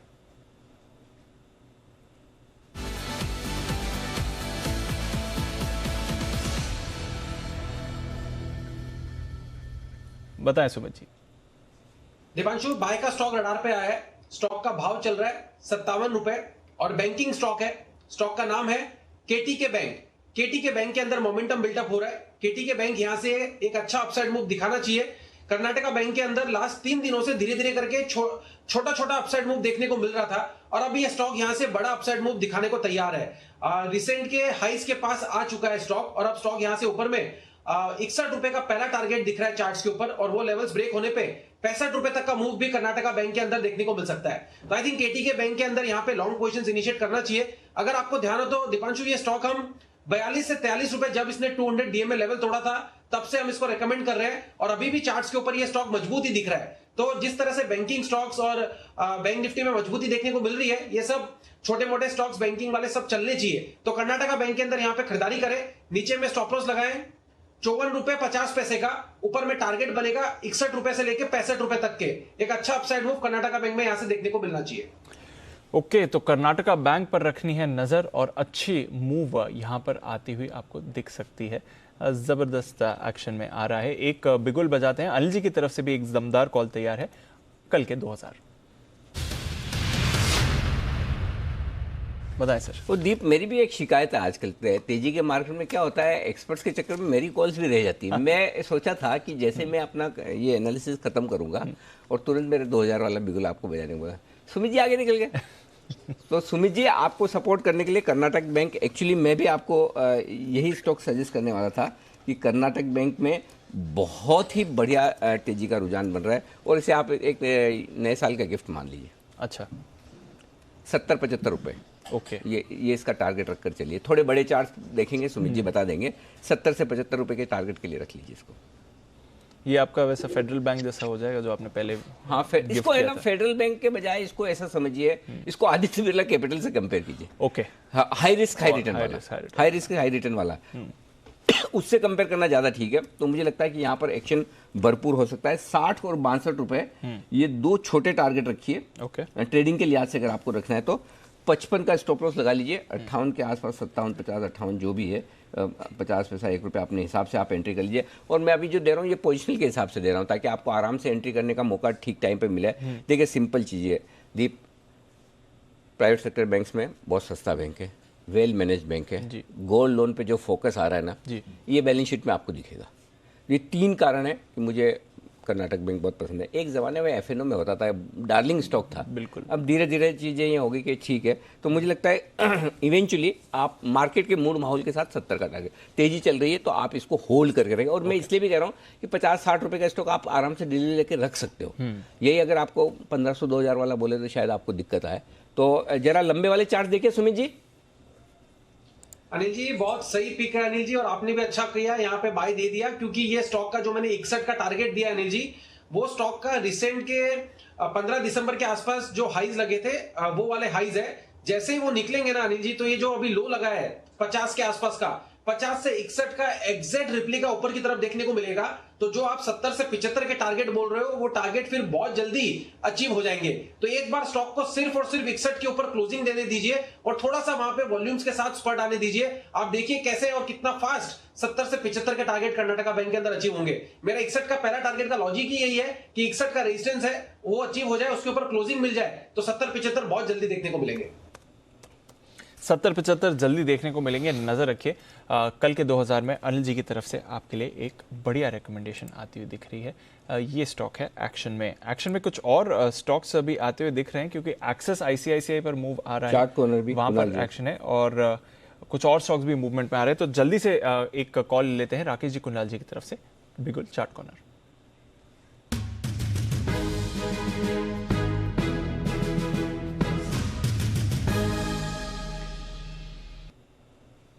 बताएं सर। दिपांशु, हमारी खरीदारी की राय है आईजीएल पर, इंद्रप्रस्था गैस पर खरीदारी की राय है। यहाँ पर एक ब्रेकआउट देखने को मिल रहा है, एक पॉजिटिव क्रॉसओवर है। ओवर टू कुणाल जी। देखिए दीपांशु, 504 रुपए का एक रेजिस्टेंस है और यही स्तर है जहां पर के जून के महीने में स्टॉक ने गिरावट दिखाई थी। आज हम देख रहे हैं कि बहुत डिसाइसिवली पूरे दिन ये 504 रुपए के ऊपर ट्रेड किया और अब लग रहा है कि 504 के ऊपर बंदी आते हुए दिखेगी। और अगर ऐसा होता है तो इस स्टॉक में आपको फिर एक तेज रफ्तार बढ़त 540 तक की देखने को मिलेगी। तो इन स्तरों पर बाय करके चलें। यहां पर 502 रुपए पर 502 पर एक स्टॉप लॉस रखना है। पहला टारगेट 525 रुपए का 525 का और दूसरा टारगेट 540 रुपए का है। खरीदारी की राय है आईजीएल में। ओके, तो आईजीएल पर करनी है खरीदारी। आज सुबह वागले साहब की तरफ से भी ये कॉल थी। 515 520 के टारगेट वागले साहब ने आपको दिए थे। 512 का हाई है जहां पर फिलहाल स्टॉक ट्रेड कर रहा है और अब राकेश जी कुणाल जी की तरफ से वो टारगेट और थोड़ा एक्सटेंड होते दिख रहा है। 525 540 के टारगेट्स के लिए खरीदारी करें। ये है आपके लिए आईजीएल पर राय। आईजीएल पर नजर है तो एक बार जरा गुजरात गैस पर भी मूवमेंट देख लीजिए क्योंकि आईजीएल एमजीएल तो दोनों मूव कर ही रहे हैं। साथ ही गुजरात गैस में भी अच्छा एक्शन आते हुए दिख रहा है। थोड़ी देर पहले स्पाइक आया था, उसके बाद थोड़ा ठंडा हो गया स्टॉक। पर सुमित जी, अगर हम देखें तो पिछले 1-1.5 हफ्ते से 10% की मूव ऑलरेडी गुजरात गैस में भी आ चुकी है। यहां पर कोई ट्रेड बनता है sir? Deepanshu, last week Gujarat Gas पे बाय का व्यू दिया था। स्टॉक का वन वे तेजी दिखा रहा है 350-360 के लेवल से। 4 दिन के अंदर ही स्टॉक के अंदर ऊपर में 380-82 के लेवल्स के पास अभी आ चुका है और अभी और मूव देखने को मिलेगा। 400 रुपए तक के लेवल गुजरात गैस के अंदर देखने को मिल सकते हैं। स्टॉक के अंदर जिन्होंने भी बाय करके रखा हुआ है पोजीशंस को होल्ड करें और फ्रेश खरीदारी भी की जा सकती है। 390-400 के इमीडिएट टारगेट स्टॉक में देखने को मिल सकते हैं। नीचे में 372 का स्टॉप लॉस लगेगा अभी। ओके, तो गुजरात गैस यहां पर आप रखिए नजर। इस बीच अनिल जी, जो हम सुबह बात कर रहे थे, 6 जो लोग मिले हैं नए वेरिएंट के साथ कोरोना वायरस के, यूके से जो फ्लाइट आई थी, तो अब सरकार की तरफ से, एविएशन मिनिस्टर की तरफ से बल्कि बयान आया है सर। न्यूज राइज रिपोर्ट कर रहा है कि जो यूके की फ्लाइट्स पर रेस्ट्रिक्शंस है उसको बढ़ाया जा सकता है। तो अगेन एक ये अटेम्प्ट है सरकार का कि ये जो नया वेरिएंट है जो 70% ज्यादा तेजी से फैलता है उसके रोक को कैसे कंट्रोल किया जाए। फिलहाल सिर्फ 6 लोग मिले हैं भारत में इस वेरिएंट के साथ, पर यूके की फ्लाइट्स पर जो बैन लगा हुआ था 2 तारीख तक शायद, उसको अब और बढ़ाया जा सकता है। तो ये एक खबर आ रही है एविएशन मिनिस्टर की तरफ से सर। ये तो अच्छा ही है वैसे, अच्छी बात है। जहाँ से आपको रिस्क पता है तो फिर क्यों फालतू में। वो भी अच्छे सेफ है, हम भी सेफ है। इसको ऐसे देखिए तो दोनों के लिए ठीक है। तो यूके से आने वाली फ्लाइट्स पर प्रतिबंध बढ़ सकता है, ये खबर है। वैसे भी कोई इंटरनेशनल ट्रैवल नहीं के बराबर हो रही है, बहुत लोग ज़रूरी है वही ट्रैवल कर रहे हैं, तो ऐसा कोई खास दिक्कत वाली बात नहीं है। इस तरह के रिस्ट्रिक्शंस अच्छे हैं, इसे खराब ना समझे, अच्छा ही समझे।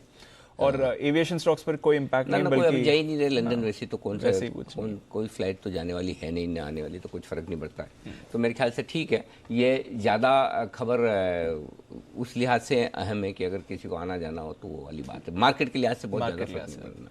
बिल्कुल, तो नज़र रखिए। डेवलपमेंट एक ऑफकोर्स ज़रूर है, सरकार की तरफ से अटेम्प्ट है कि इस वायरस के फैलने को रोका जाए इससे पहले कि नया वेरिएंट और प्रभाव दिखाता दिखे। सुमित जी के पास चलते हैं, सुमित के सुपरहिट के लिए।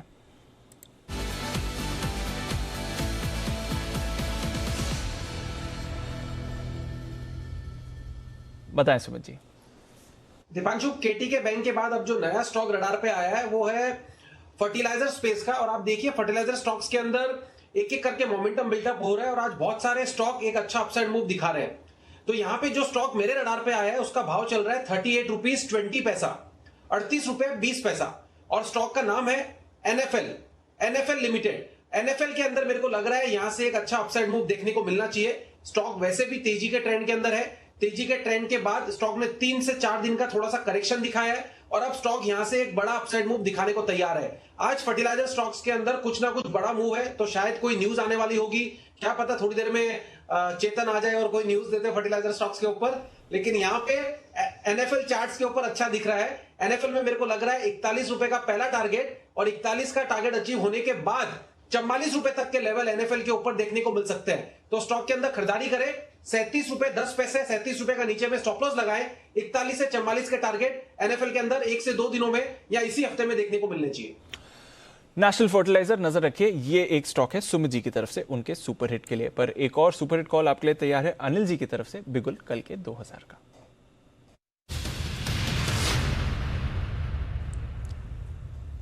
बताएं सर। खरीदने की राय दीप जी। हमारी तो थीम ही पिछले हफ्ते से एक ही चल रही है, एग्रेसिव हाई बीटा है ना। और हाई बीटा एग्रेसिव स्टॉक आपको लाल निशान में मिले, इससे बढ़िया क्या है। और लाल निशान में मिल रहा है आपको आईबुल हाउसिंग फाइनेंस 214 215 की रेंज में, यहीं पर तुरंत प्रभाव से अभी का अभी खरीद लीजिए, कोई दिक्कत नहीं है। इस स्टॉक को खरीद कर चलिए और ये स्टॉक एक हफ्ते में कमाल दिखाने को तैयार है। हफ्ते भर के लिए आज से आप खरीद कर रख लीजिए। आपको ट्रेड करना है, ट्रेड करते चले। सुबह भी आपको याद होगा हमने कहा था 220-22 का पहला टारगेट है, वहां तक पहुंच गया, आप प्रॉफिट बुक कर लीजिए चाहें तो, और नीचे में वापस ले लीजिए। नीचे में 210-12 तक भी हुआ था बाजार ने जब हिट किया था। ये बहुत क्लियर कट ट्रेड है, बाय ऑन डिप्स है एक हफ्ते के लिए। ओके। और आपको स्टॉप लॉस लगाना है इसमें, सिंपल कहाँ लगाएंगे स्टॉप लॉस में, एक बार आज का लो क्या है एक मिनट देख लूँ, 209.70 209.50 रख लो सेफ साइड पे, ठीक है ना। ठीक है सर। 209.50 का स्टॉप लॉस है। 222 पहला टारगेट रख लीजिए और 225 दूसरा, पहले जो दिया था उसके टारगेट क्या है वो 2 दिन पहले, हाँ वो भी देख लीजिए। अब मैं एक तो क्या चार्ट नहीं देखता तो ये बड़ी 220 222 और फिर 230। हाँ 220 222 तो पहली रेंज होगी जहाँ जो पहला टारगेट है इसका। 220 222 का तो रखिए ही, उसके बाद 230 235 ये टारगेट रखिए। 220 222 का छोटा टारगेट, 230 235 का टारगेट रखिए और खरीदिए आराम से। इस स्टॉक को बाय ऑन डिप्स आराम से करिए, पोजिशनली खरीदिएगा, मिनट टू मिनट मत देखिए, नहीं तो फिर आप जैसा वो डिवीज में लोग कह रहे देख के कि थोड़ा नीचे आएगा थोड़ा बहुत ऊपर नीचे होगा, ये भी होगा। हाई बीटा स्टॉक से मार्केट के मूड के साथ ऊपर नीचे होते हैं, उसमें चिंता नहीं करनी है आपको। स्टॉप लॉस जरूर लगाना है, चिंता नहीं करने का मतलब ये नहीं कि स्टॉप लॉस ना लगाएं। स्टॉप लॉस तो डिसिप्लिन है, 209.50 स्टॉप लॉस है वो लगाना है। लेकिन आपका स्टॉप लॉस ट्रिगर नहीं होगा, चिंता मत कीजिए, और हो जाए तो कर भी दीजिए। लेकिन वहां से अब ये स्टॉक अगले एक हफ्ते में तगड़ा एक्शन में आने को तैयार है, ये ध्यान में रखिए। इस स्टॉक को लेकर रखिए, बाजार में रिवर्सल का संकेत आएगा तो हम बताएंगे, और वहां पर या तो वो रिस्क है आपकी या स्टॉक की रिस्क है, इसलिए स्टॉप लॉस आपको दे दिया। मुझे लगता है हफ्ते भर में ये 230-35 हो जाएगा। वाह, बढ़िया मूव के लिए तैयार है।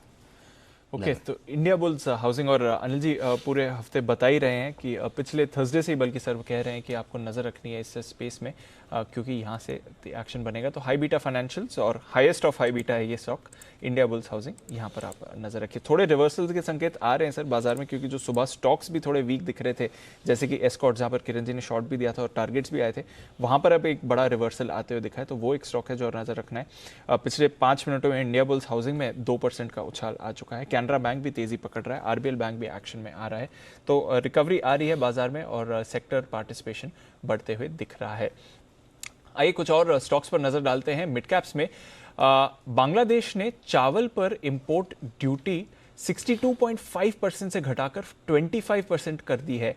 किन कंपनियों पर इसका होगा असर बताने के लिए हमारे साथ आशीष तैयार हैं। आशीष बताइए, ये तो बड़ी खबर है, किस पर इम्पैक्ट होगा? बिल्कुल, काफ़ी ज़्यादा ड्यूटी घटाई गई है, 62.5% से घटाकर 25% कर दिया। दरअसल अगर आप देखें तो बांग्लादेश जो है ऑलरेडी राइस का बहुत बड़ा कंज्यूमर है और यहाँ पर देखिए दरअसल इम्पैक्ट ये हुआ कि वहाँ पर जो घरेलू बाजार है वहाँ पर चावल की जो सप्लाई है इसमें थोड़ी सी कमी आई है, लेकिन पर कैपिटा कंजम्पशन के हिसाब से अगर आप देखेंगे तो बांग्लादेश दूसरे नंबर पर आता है। करीब प्रति व्यक्ति प्रति वर्ष 200 किलो के आसपास चावल की खपत होती है, तो सिग्निफिकेंट मात्रा में बांग्लादेश को चावल की रिक्वायरमेंट होती है। अब इसको ही पूरा करने के लिए देखिए वो करीब 5 लाख टन के जो है टोटल टेंडर्स ऑफलोड करेंगे, उसमें करीब 1.5 लाख टन ऐसा माना जा रहा है कि भारत से वो सोर्स करेंगे, तो इससे एक बड़ा फायदा होते दिखेगा। इसके अलावा अगर आप देखें तो दुनिया भर से भी अगर आप देखें, क्योंकि भारत जो है बासमती राइस में तो नंबर 1 है ही, सिर्फ बासमती राइस भारत और पाकिस्तान में मिलता है, लेकिन जो नॉन बासमती राइस है यहाँ पर भी जो ग्रोथ है वो काफ़ी बढ़िया देखने को मिल रही है। पिछले 9 महीने में अगर आप देखेंगे तो ऑलमोस्ट एक्सपोर्ट्स में 123% का इजाफा देखने को मिला है और सिर्फ नवंबर की बात करें तो करीब 160% के आसपास पिछले साल के मुकाबले एक्सपोर्ट्स में बढ़त देखने को मिली है। और अफ्रीका, खाड़ी देश, यहाँ से भी जो मांग है लगातार बढ़ रही है, प्री कोविड स्तर से काफ़ी ज़्यादा उछाल देखने को मिला है, जिसके चलते कुछ स्टॉक्स अभी फिलहाल यहाँ पर एक्शन नहीं है, लेकिन हो सकता है कि आगे जाकर एक्शन देखने को मिले। एलटी फूड्स, KRBL जो कि सबसे बड़ा बासमती राइस एक्सपोर्टर है, यहाँ पर नज़र रखनी है। इसके अलावा चमनलाल सेठिया, यहाँ पर भी नज़र रखिए। ओके, तो नज़र रखिए इन स्टॉक्स पर, बढ़िया एक्शन आते हुए दिख रहा है और ये हैं आपके लिए कुछ mid cap rice focus stocks जहां पर एक्शन इस समय है। पर एक्शन बाजार में है क्योंकि मैं देख रहा था कि धीरे धीरे करके और भी स्टॉक्स का पार्टिसिपेशन बढ़ रहा है। इंडसइंड बैंक माइंड यू अब 5.5% ऊपर ये स्टॉक आते हुए दिख रहा है, तो ज़बरदस्त एक्शन और फ्रेश खरीदारी के संकेत आ रहे हैं। IGL मूव कर रहा था, अब MGL का भी पार्टिसिपेशन आपको आते हुए दिख रहा है, तो उस लिस्ट में इस स्टॉक को भी आप ऐड कर दीजिए। श्रीराम ट्रांसपोर्ट फाइनेंस, यहाँ पर भी थोड़ी खरीदारी आई है पिछले कुछ मिनटों में, ये एक्शन है। और एस्कॉर्ट्स जहां पर हम बात करते हैं, एक अच्छा रिवर्सल आया है गिरावट के बाद, एक थोड़ी तेजी में ये स्टॉक आते हुए दिख रहा है। HDFC लाइफ पर थोड़ा अभी एक्शन आते हुए दिखा है, बस अभी ही खरीदारी के संकेत आते हुए दिखे। एक बार HDFC लाइफ पर भी हमारे एक्सपर्ट से राय ले लेते हैं। विश्वेश जी, HDFC लाइफ वैसे भी इंश्योरेंस स्टॉक्स तो एक्शन में ही हैं, HDFC लाइफ पर क्या राय देंगे? देखिए, मुझे ऐसा लगता है दीपांशु कि जिस हिसाब से स्टॉक में मूवमेंट है, अगर स्टॉक फॉर सम रीजन और 10 रुपये नीचे आता है which is 660, it is gonna be fantastic. In fact आज की दिन की गिरावट को मेरे हिसाब से बाइंग अपॉर्चुनिटी माननी चाहिए। It is a retest of the earlier breakout. So current level is around 672। मुझे लगता है कि कल का लो जो स्टॉप लॉस था 660 के आसपास, उसके स्टॉप लॉस से स्टॉक में एंट्री करें, लेकिन जनवरी के फ्यूचर में करें, क्योंकि ये मंथ में 680 के कॉल में 7,40,000 शेयर का ओपन इंटरेस्ट है। मुझे लग रहा है स्टॉक शायद 3 से 5 ट्रेडिंग सेशन में 700 प्लस देखने मिलना चाहिए। तो डेफिनेटली HDFC लाइफ में आज की गिरावट जो भी प्रॉफिट बुकिंग का है उसमें लॉन्ग ऐड करने की सलाह होगी विद 660 स्टॉप लॉस। ओके, तो 660 की स्टॉप लॉस के साथ यहाँ पर आप एक्शन बनते हुए देख रहे हैं, खरीदारी करें। अभी थोड़ी देर पहले हमने एविएशन की की बात करी, हालांकि जैसे कि अनिल जी भी कह रहे थे इसका कुछ इम्पैक्ट नहीं होना चाहिए। और सुमित जी, इंडिगो बल्कि पॉजिटिव मूवमेंट दिखा रहा था, खबर आई, थोड़ा पॉज हुआ, उसके बाद फिर से इंडिगो में एक्शन आते हुए दिख रहा है, तो क्या इंडिगो में ब्रेकआउट की तैयारी हो रही है 1700 के ऊपर? 1700 का लेवल क्रॉस होने दीजिए दीपांशु स्पॉट लेवल में, उसके बाद इंडिगो बहुत बढ़िया मूव दिखाएगा, जिसके अंदर 1780 से 1800 तक के तो इमीडिएट टारगेट होंगे और अगर 1800 का लेवल ब्रेक हो गया तो ये 2000 रुपए का लेवल इंडिको जल्दी ही दिखाएगा। तो मेरे को लग रहा है कि इंडिको के अंदर नीचे में एक जो लास्ट हफ्ते जो सेलिंग देखने को मिली थी वो पूरी एब्जॉर्ब हो चुकी है और उसके बाद एक अच्छी बाइंग और एक अच्छा अपसाइड मोमेंटम बिल्डअप हुआ है। तो 1700 के ऊपर जैसे इंडिको सस्टेन करना स्टार्ट होगा, 1780 से 1800 इमीडिएट शॉर्ट टर्म के टारगेट होंगे और लॉन्गर टर्म टाइम होराइजन के 2000 तक के लेवल इंडिको के अंदर देखने को मिल सकते हैं। तो बाइंग पोजीशंस होल्ड करनी है, कोई भी डिप आता है तो फ्रेश खरीदारी करनी है। बिल्कुल, तो इंडिगो पर नज़र रखिए। वैसे भी खबर का कोई इन पर इम्पैक्ट नहीं है और उससे पहले भी स्टॉक थोड़े एक्शन के लिए तैयार होते हुए दिख रहा था। तो इंडिगो एक स्टॉक है जहां पर मूव आते हुए आपको दिख सकता है इस समय। एक और स्टॉक जहां पर थोड़ा मूव आ रहा है, एक्साइड, यहाँ पर एक्शन थोड़ा बन रहा है। इस पर भी एक राय लेते हैं। एक्साइड, नितिन जी अगर आप ट्रैक करते हैं इस चार्ट को, एक्साइड अमर राजा दोनों ही सुबह एक्टिव थे, एक्साइड थोड़ा और ज्यादा एक्टिव दिख रहा है, कोई ट्रेड है सर इस पे? देखिए एक्साइड में अच्छे वॉल्यूम के साथ आज मूव ऊपर आ रही है। मुझे लग रहा है ये नेक्स्ट 2 दिन जो एक्सपायरी है इसमें और शॉर्ट कवरिंग भी आनी चाहिए, क्योंकि जो गिरावट हुई थी उसमें काफी शॉर्ट भी बनी हुई है। तो मुझे लग रहा है कि ये 196 से 198 की तरफ नेक्स्ट 2 दिनों में जाना चाहिए, तो इसमें बाय ट्रेड का रखना चाहिए। स्टॉप लॉस 185 का बनता है और टारगेट करीब 198 से 200 के बनता है। बिल्कुल, तो एक्साइड पर एक अच्छी मूव आ सकती है, ये आपको ध्यान में रखना चाहिए जिस तरह से वो स्टॉक एक्शन के लिए तैयार हो रहा है। विश्व जी, आईसीआईसीआई बैंक पर भी आपसे पूछ ही लेता हूं सर, क्योंकि एक्सिस बैंक पर तो आपको भरोसा था। आईसीआईसीआई बैंक आज 520 के ऊपर पूरा दिन इसने होल्ड करा है, अच्छी मूव दी है और अब फिर से एक मूव की तैयारी में दिख रहा है। क्या आईसीआईसीआई बैंक अब थोड़ी लीडरशिप ले सकता है?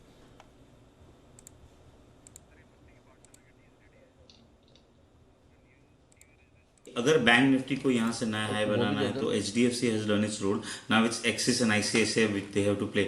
लेकिन in a very shorter term मुझे लगता है कि एक्सिस बैंक क्योंकि एक्सपायरी है उसके लिहाज से मूव हो चुका है। सिमिलरली ICICI बैंक के 530 के कॉल ऑप्शन में जो 30 लाख का OI है, मुझे लग रहा है वो शायद शॉर्ट टर्म में एक रोल प्ले करेगा। द मूवमेंट 530 के ऊपर जाता है, I think ICICI bank is heading for 600 rupees plus. In fact immediately अगर आप देखें तो एग्जिस्टिंग हाई जो है मुझे लग रहा है 550 का वो भी क्रॉस कर सकता है। लेकिन ICICI bank is a single stock private sector में always leading. I would say that buy on decline should be the strategy rather than rushing to at a higher level. या तो 530 के ऊपर निकले या 520 पे मिले, वहां ये 2 लेवल पे ही आप एक्ट करें ICICI बैंक में। अदरवाइज मेरे हिसाब से वेट एंड वॉच करें। अभी मैं कुछ डेटा भी ऑब्जर्व कर रहा था, मुझे लग रहा है देखिए बैंक निफ्टी और निफ्टी दोनों में आज बहुत अच्छा डेटा एड हुआ है। और जो इंटरेस्टिंग चीज है कि करंट एक्सपायरी विच इज 31 दिसंबर, उसका जो पुट कॉल रेशियो है वो 2 के ऊपर है। अब फॉर्चुनेटली या अनफॉर्चुनेटली आप जो भी कहे, January which is 28 January which is a monthly expiry, उसका भी पुट कॉल रेशियो 2 के ऊपर है। In my opinion this is a considerably excessive reading on the put front. शायद ये एक्सपायरी में राइटर मैनेज कर लेगा because lot of thing at the stake. लेकिन मुझे लग रहा है कि as soon as the expiry gets over we should be prepared to have some sort of a profit booking also. So purely on the basis of data and not on the shorter term but next expiry also, मेरे हिसाब से बहुत aggressively next series की position लेने की जगह अगर profit है तो बुक करना would be मेरे हिसाब से लाजमी trade at this moment. Okay, तो ये है आपके लिए ICICI बैंक जिस पर आपको रखनी है नजर। जबरदस्त एक्शन हो रहा है इस पर। एक बिगुल राकेश जी कुणाल जी के लिए उनके एल्गो कॉल के लिए।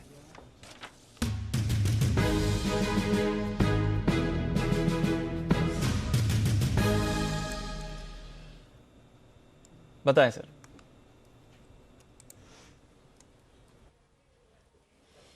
दीपांशु, एल्गो कॉल है, स्टॉक का भाव चल रहा है 62 रुपए के आसपास। शेयर का नाम है मार्क्संस फार्मा, जिसमें हमारी खरीदारी की राय है। अब देखिए दीपांशु, क्या है कि क्रांति तो चली रही है फार्मा काउंटर्स में और अब धीरे धीरे छोटे स्टॉक्स भी इसमें पार्टिसिपेट कर रहे हैं। तो मार्क्संस फार्मा इन स्तरों पर बाय करने की राय है।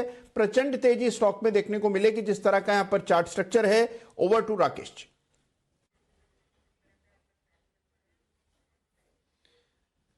बेहतरीन टेक्निकल स्ट्रक्चर है, एक पॉजिटिव क्रॉसओवर देखने को मिल रहा है। 59 रुपीज का स्टॉप लॉस है और 69 रुपीज से 70 रुपीज के टारगेट के लिए मार्क्सन फार्मा पर खरीदारी की राय है।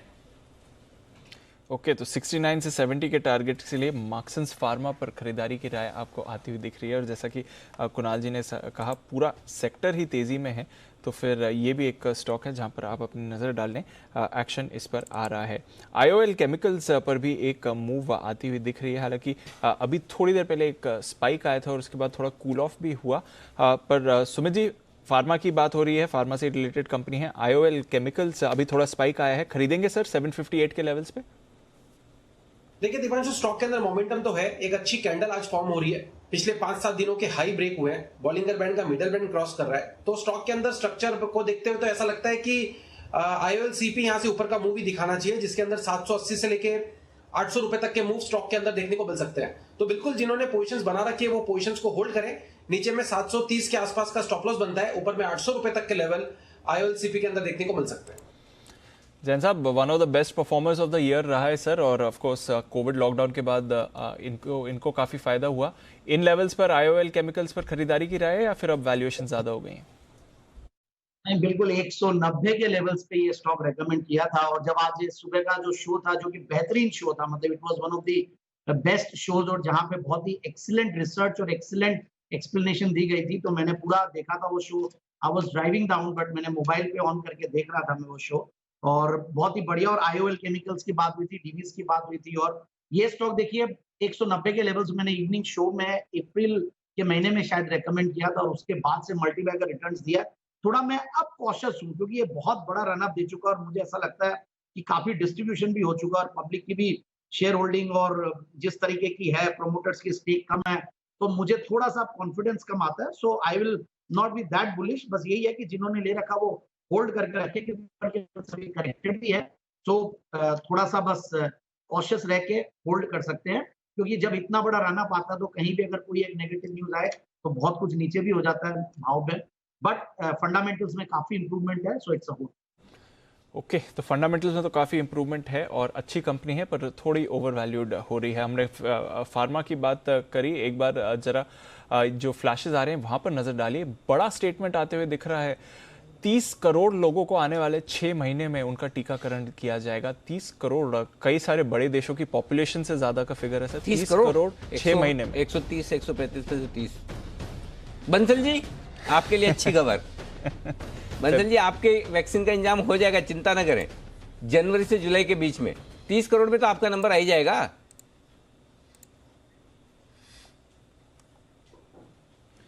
देखिए अनिल जी, मेरी तो रिक्वायरमेंट है, जो मेरे घर पे सीनियर सिटीजन्स है उनको लग गया तो अनिल जी उसके बाद मेरी तो बाहर निकलना शुरू हो जाएगा।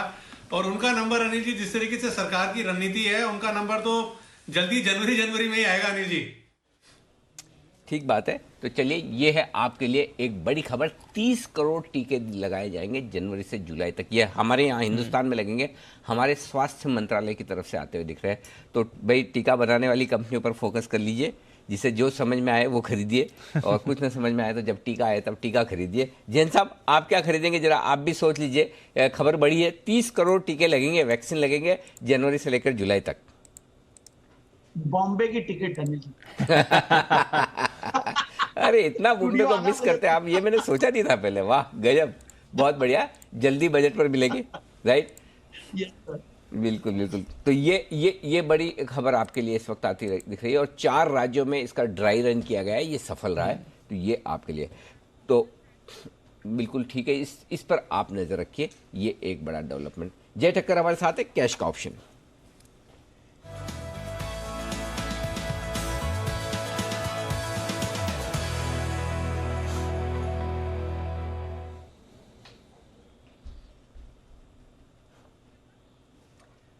बताइए जय।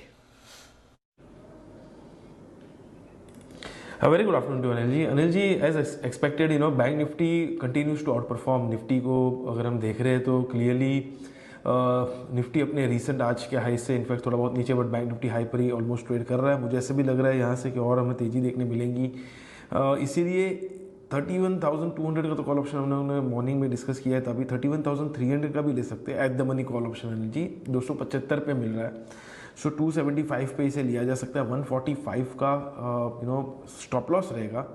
फर्स्ट टारगेट जो ऊपर में बन रहा है that would be somewhere around 390 का। सेकंड टारगेट थोड़ा सा छोटा बन रहा है, 440 का है।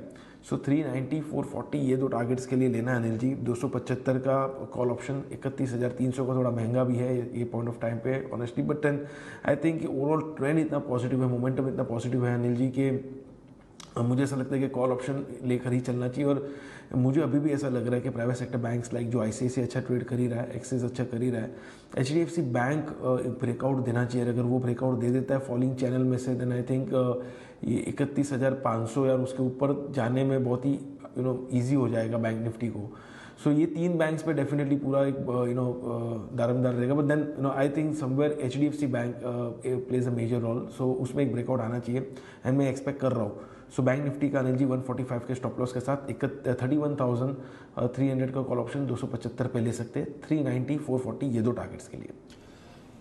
ओके 390 440 के टारगेट्स, 145 का स्टॉप लॉस, ये है आपके लिए 31,300 बैंक निफ्टी का कॉल ऑप्शन खरीदारी की राय जय की तरफ से आती हुई। आइए चलते हैं विश्वेश जी के पास, विश्वेश के विशेष के लिए।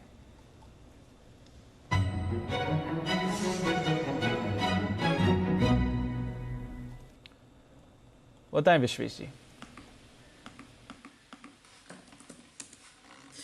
देखिए दीपांशु, 3:10 के बाद, इनफैक्ट 3:15 के बाद जो ट्रेड आते हैं, they have a very high probability of performing next day, क्योंकि ब्रोकर की जो मोस्ट ऑफ द पोजीशंस होती है इंट्राडे की वो क्लियर हो जाती है और उसके बाद में मुझे लगता है स्टॉक के अंदर जेन्यून अगर मूवमेंट होती है तो वो चलता है। तो मेरी ओर से जो स्टॉक है वो है IT स्पेस से। इनफैक्ट मैंने इन्फोसिस रिकमेंड किया था, एक्सेल टेक रिकमेंड किया था, अब मुझे लग रहा है बहुत जोर से दौड़ लगाने के लिए जो तैयार है वो है टेक महिंद्रा। टेक महिंद्रा आज के दिन में जिस हिसाब से लास्ट 3 दिन के कंसोलिडेशन को ब्रेकआउट कर रहा है, 960 के कॉल ऑप्शन में 3.5 लाख शेयर है and you are closing at 968 right now.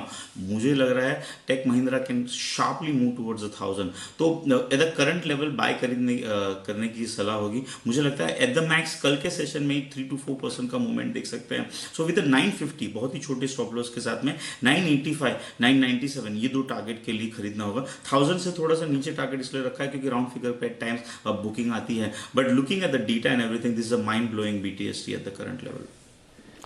Okay तो ये है आपके लिए टेक महिंद्रा पर खरीदारी की राय आ रही है विश्वेश जी की तरफ। विश्वेश जी बोले मैं भी कल के 2000 देना चाहता हूँ। उससे पहले विश्वेश जी से मैं पूछना चाहता हूँ, विश्वेश जी वो 3 बजे के बाद वाला फॉर्मूला क्या बताया, उसी के बेसिस पे मैं भी एक स्टॉक देख रहा हूँ, तो जरा एक बार वो फॉर्मूला समझाओ BTST के लिए।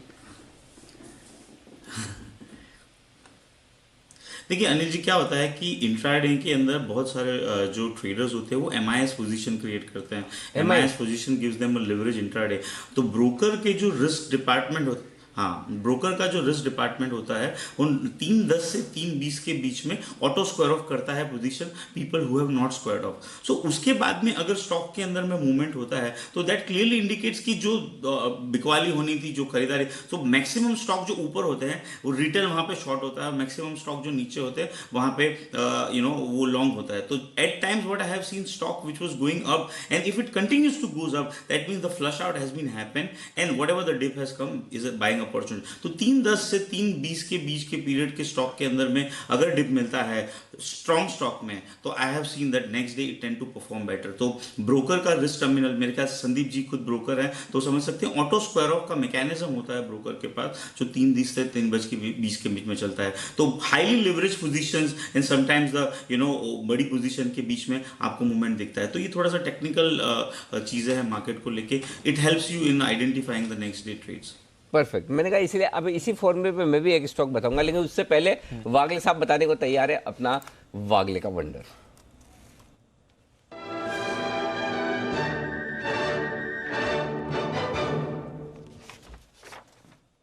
बताएं वागले साहब। अनिल जी, मेरा BTST स्टॉक ICICI बैंक है। आपने मुझे मॉर्निंग में पूछा था, मैंने कहा था 527 27.5 के पार निकलने के बाद मेरे रडार पर आएगा। अभी निकला है आधे घंटे पहले, और जिस तरह से क्लोज हो रहा है मुझे कल के दिन में, जब मे बी मॉर्निंग हाफ में, फर्स्ट हाफ में 10 से 12 रुपए की मूव मुझे लगती है। अभी 529 530 के बीच में बाय करके चले। 526 का आपका स्टॉप लॉस होगा 4 साढ़े 4 रुपए का, और आपका 539 540 का पहला टारगेट, 543 का दूसरा टारगेट। ये है आपके लिए ICICI बैंक पर खरीदारी की राय आती हुई बागले साहब की तरफ से। नजर रखिए इस काउंटर पर आइए 3:20 भी बज रहे हैं और साथ ही अनिल जी की तरफ से एक बेहतरीन कॉल भी तैयार है। तो पहले अनिल जी से जानते हैं कल के 2000 के लिए उनकी क्या रिकमेंडेशन है। रिकमेंडेशन तो नहीं है? ना नहीं कंबाइन नहीं है। मैं तो आज अलग तरीके के स्टॉक ढूंढ रहा हूँ। वैसे मैं जो विश्वेश जी ने कहा वही फॉर्मूला है मेरे वाले स्टॉक पे फिट हो रहा है। और आज मैं स्टॉक को ढूंढ रहा हूँ जिनमें हल्का फुल्का करेक्शन आया है तो वो थोड़े नीचे के दाम पर मिल रहे हो तो ज़्यादा बढ़िया है, और जहाँ पर थोड़ी पोजीशन हल्की हो गई। देखो मैंने चुना है स्टॉक भेल, 35.5 रुपये पर ट्रेड कर रहा है और 9% ओपन इंटरेस्ट घटा है, यानी कि लॉन्ग पोजीशन कम हो गई तो हल्के हो गए इंटरेस्ट। आज जो नीचे आया उसमें लोग काफ़ी हल्के हो गए। अब यहाँ पर खरीदारी करने की राय है 38, 40, 42, ये 3 टारगेट रखिए, 38, 40, 42। भेल हमने पहले भी आपको इन्वेस्टमेंट के तौर पर कहा था, शायद मेरे ख्याल से 37, 38 के आसपास कहा था, तब से थोड़ा नीचे भी आया है। तो ऊपर नीचे तो चलेगा, लेकिन ये अगले साल के लिए स्टॉक है, अगले साल के लिए स्टॉक है। जैसा आपको याद हो दीप, सबसे पहले हमने स्टोरी की थी डाइवेस्टमेंट पे शिपिंग कॉर्पोरेशन 33-34 रुपये पर, तब हमने कहा 70 होगा तो सब लोग हंसते थे यार 70 कहाँ से हो जाएगा। अब सब 100 रुपये में भी शिपिंग कॉर्पोरेशन सबको अच्छा लगता है। मैं फिर कह रहा हूँ भेल में 35 रुपये में लोगों को लगता है कि 35 में क्या ये चलता नहीं, कुछ नहीं, 38-40 होता है, दम तोड़ देता है। भाई आप में दम होना चाहिए रख के रखने का, या आप में दम होना चाहिए नीचे आए तो वापस लेने का। इन्वेस्टमेंट के तौर पर लीजिए, आराम से रखिए। 35 रुपये के स्टॉक में भेल जैसी कंपनी में खोने को बहुत कम है। ऐसा नहीं कि नहीं है, 7 रुपये गिर जाए 20% आ भी सकता है नीचे, कोई बड़ी बात नहीं है। लेकिन ये 2021 के लिए ये स्टॉक बनेगा आपके लिए, और इसको आपको पोर्टफोलियो में रख के भी रखना चाहिए। ट्रेडिंग के लिहाज से भी लीजिए, न सिर्फ पोर्टफोलियो के हिसाब से, ट्रेडिंग के लिहाज से भी लीजिए। 5-7 दिन 4-5 दिन का व्यू बनाकर ले लीजिए। स्टॉप लॉस छोटा सा लगाइए। भेल में आपको कहाँ लगाएंगे, 34 रुपये पर लगा लीजिए। आज का लो है 34 रुपये 30 पैसे, 34 का स्टॉप लॉस रखिए। ऊपर में 38, 40, 42 ये शॉर्ट से मीडियम टर्म के टारगेट के लिए भेल को खरीदना है, सिंपल। ओके, तो ये है आपके लिए BHEL, यहाँ पर आप करके चलिए खरीदारी। अनिल जी की तरफ से राय। अब बिगुल स्ट्रैटेजी का।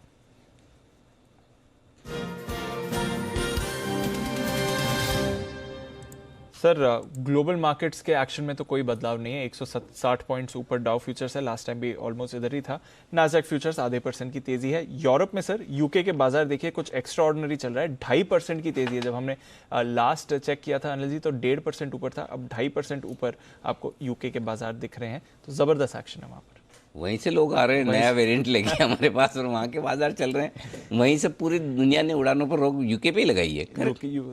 क्या ज़माना था, एक आपको पता भी नहीं दीप, मतलब आपको तो पता होगा वैसे, जो जिन लोगों के पास यूके का पासपोर्ट होता है ना, वो कहीं भी जाता है I am British passport holder, मतलब ऐसा चौड़े होके बोलते हैं I am British passport holder. जैसे मेरे पास मतलब है ना, ऊपर वाले से मैं कुछ लेके आया हूँ साथ में, मतलब उनको लगता है हमारे से क्या पूछ रहे हो आप। काफ़ी जगह तो वीज़ा की भी ज़रूरत नहीं पड़ती। हाँ, कई जगह नहीं है।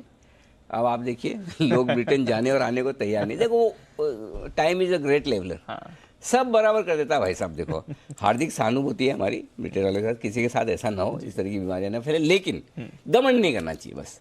तो चलिए एनीवे, ये तो अलग बात है। फिलहाल 3-20 की स्ट्रेटेजी के तौर पर मार्केट है मजबूत जी। निफ्टी 13,900 के ऊपर बंद होने को तैयार है, होल्ड करिए पोजीशन, कोई दिक्कत नहीं अगर आपकी तेजी की पोजीशन है। अगर आप थोड़ा सा चाहते हैं कि भाई मुझे रिस्क कम करनी है ऐसा, तो 14,000 का कॉल बेच के फ़ायदा नहीं है, फिर मिलेगा क्या आपको। तो कॉल बेच के फ़ायदा नहीं है, मुझे नहीं लगता कॉल बेचने से कोई खास मतलब है। तो है आपकी पोजीशन कॉल्स में कर लीजिए। 31,300 के ऊपर बंद हो रहा है बैंक निफ्टी, अच्छा है। 31,425, 31,500 के टारगेट कल के लिए होल्ड कर लीजिए पोजीशन को, सिंपल है। लॉन्ग होल्ड करनी है, लॉन्ग होल्ड करनी है। ओके, तो क्लियर इंस्ट्रक्शन है आपके लिए, लॉन्ग होल्ड करिए, कोई परेशानी नहीं है, सारे संकेत पॉजिटिव ही दिख रहे हैं। आइए क्लोजिंग से पहले जल्दी चलते हैं जय के पास उनके जैकपॉट शेयर के लिए।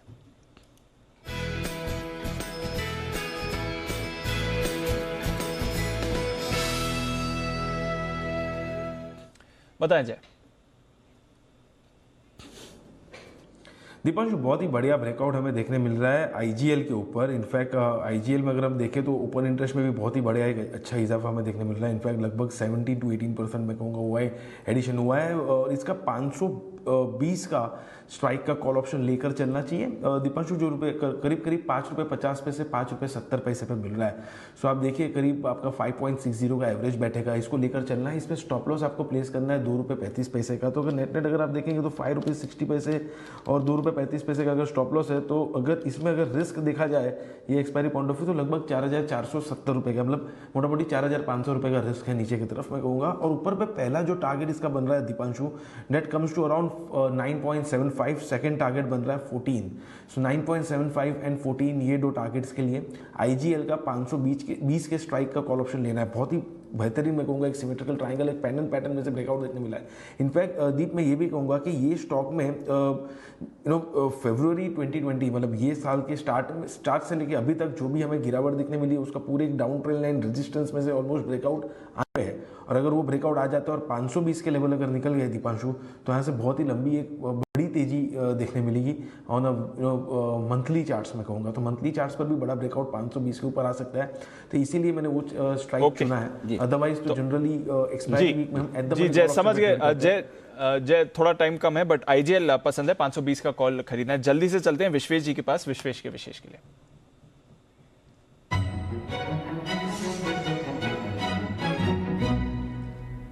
बताएं विश्वेश जी। देखिए जल्दी से मैं कह दूंगा, स्टॉक है एस्कॉर्ट्स और खरीदना है। करंट रेट चल रहा है 1266 के आसपास, बहुत ही छोटा स्टॉप लॉस रखना होगा करंट लेवल पे। मुझे लग रहा है 1230 30 रुपीज़ के स्टॉप लॉस के साथ खरीदना चाहिए।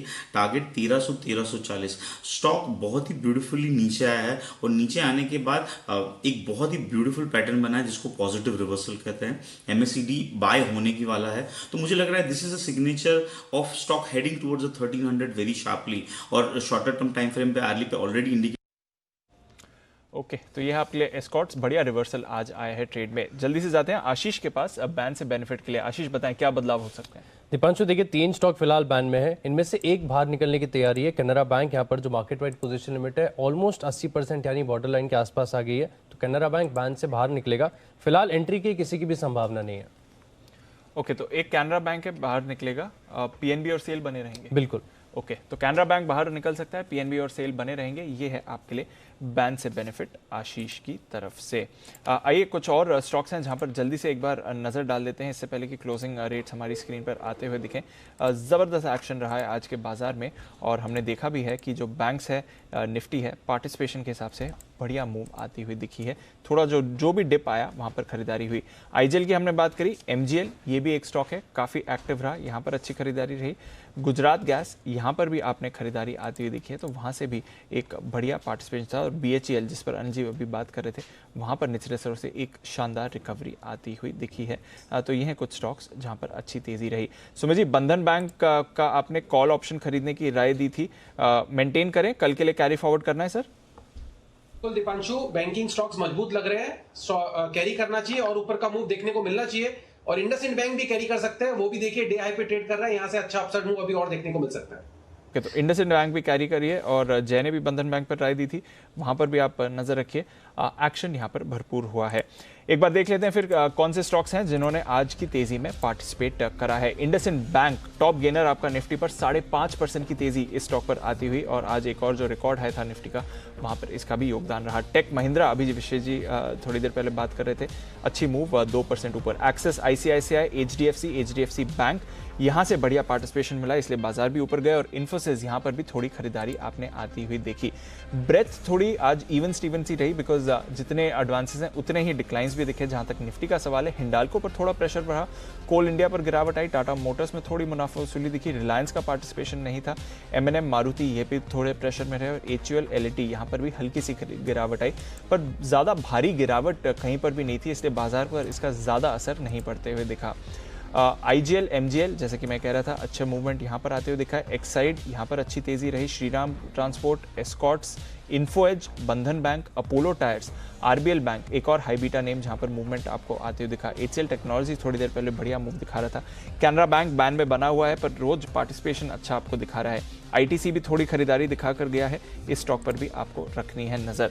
दूसरी तरफ गिरावट आती हुई दिखी, JSPL 3% नीचे था, वेदांता, हिंडाल्को तो थोड़ा आज मेटल से रोटेशन हुआ है, मुनाफा वसूली है, कोई बड़ा ब्रेकडाउन नहीं आया बट मुनाफा वसूली आती हुई दिखी, उसमें JSW स्टील भी आप ऐड कर सकते हैं।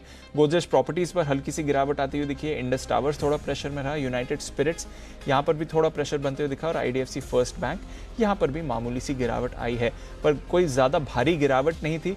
अगर आप निफ्टी देखें या फिर वायदा बाजार के कंपोनेंट्स देखें और ज़्यादातर स्टॉक्स आपको तेज़ी में ही आते हुए दिखे, जिसलिए हमने देखा है कि एक नया रिकॉर्ड भारतीय बाजारों पर आते हुए दिखा है। नया रिकॉर्ड ही नहीं, पर पहली बार अनिल जी 13,900 के ऊपर की क्लोजिंग के लिए हम तैयार हैं सर। और जो आपने आज सुबह कहा था 31,000 तो बैंक निफ्टी आराम से दे देगा, उसके बाद आपके सारे टारगेट्स भी आए और 450-500 पॉइंट्स की तेजी के साथ बैंक निफ्टी 31,300 के ऊपर बंद हो रहा है सर।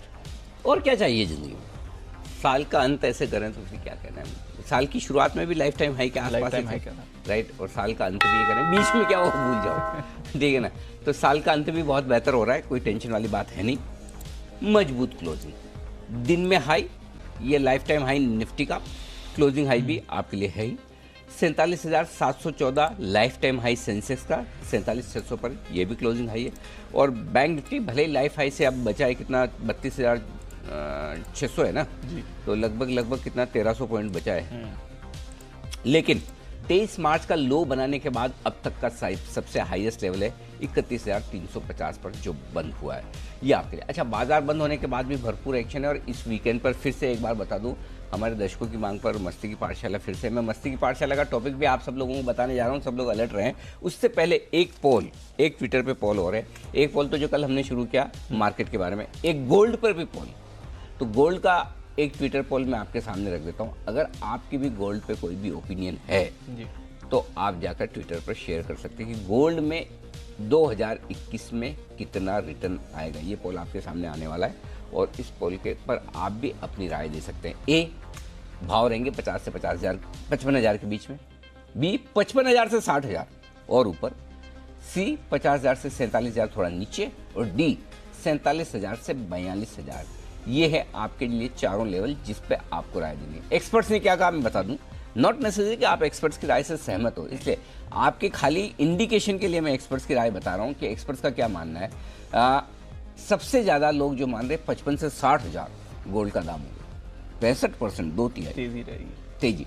तेजी में तो दीप है ना, ऐसा देखो 65 और 18 कितना हो गया, लगभग 83%, 83% लोग ये मान रहे हैं कि तेजी रहेगी, क्योंकि सब फिर 50 से 55,000 भी तो तेजी वाले ही हैं। बिल्कुल सर।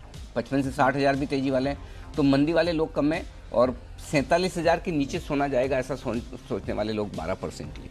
ये गोल्ड पर, और गोल्ड पर तो देखो हिंदुस्तान में सबकी ओपिनियन है, और वैसे भी गोल्ड पर तो नेगेटिव ओपिनियन लेना ही बड़ा भारी काम है। सबको पता है कि आज नहीं तो कल, कल नहीं तो 2 साल, 5 साल, 7 साल बाद गोल्ड बढ़ेगा ही बढ़ेगा।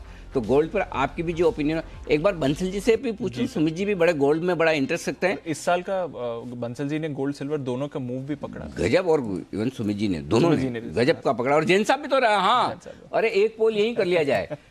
आप तीनों जरा लाओ, सबको स्क्रीन पे लेकर आओ भाई। हाँ, 50 से 55,000, 55 से 60,000, क्या ओपिनियन? जैन साहब आप शुरू करो।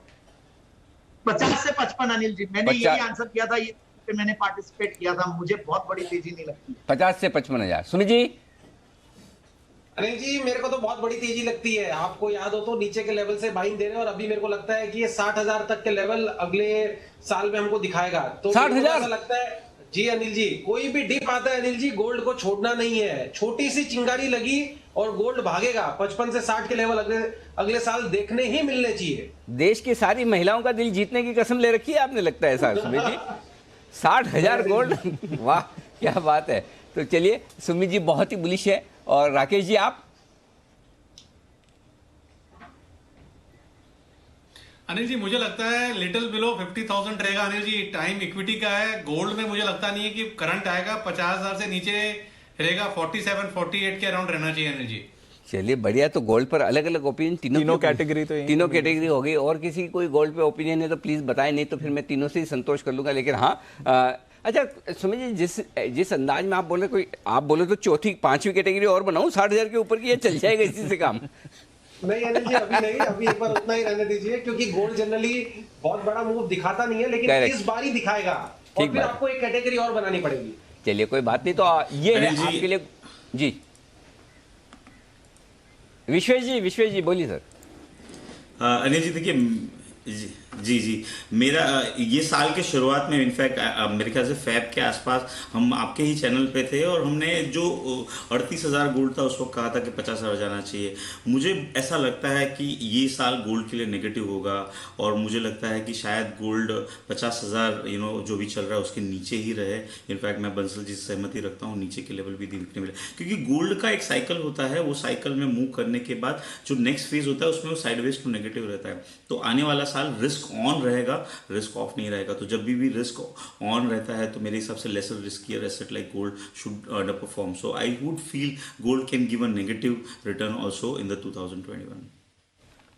ओके, तो ये है सोने पर सबकी अलग अलग राय। तो बंसल जी और विश्वेश जी बुलिश नहीं है, सुमित जी अल्ट्रा बुलिश है, जैन साहब अपने आराम से ठंडा करके खाने वाले, ठीक है। तो ये है आपके लिए गोल्ड पर राय सबकी तरफ से आती हुई है। लेकिन एक और चीज़ जो आपके लिए होने जा रही है वो है मस्ती की पाठशाला।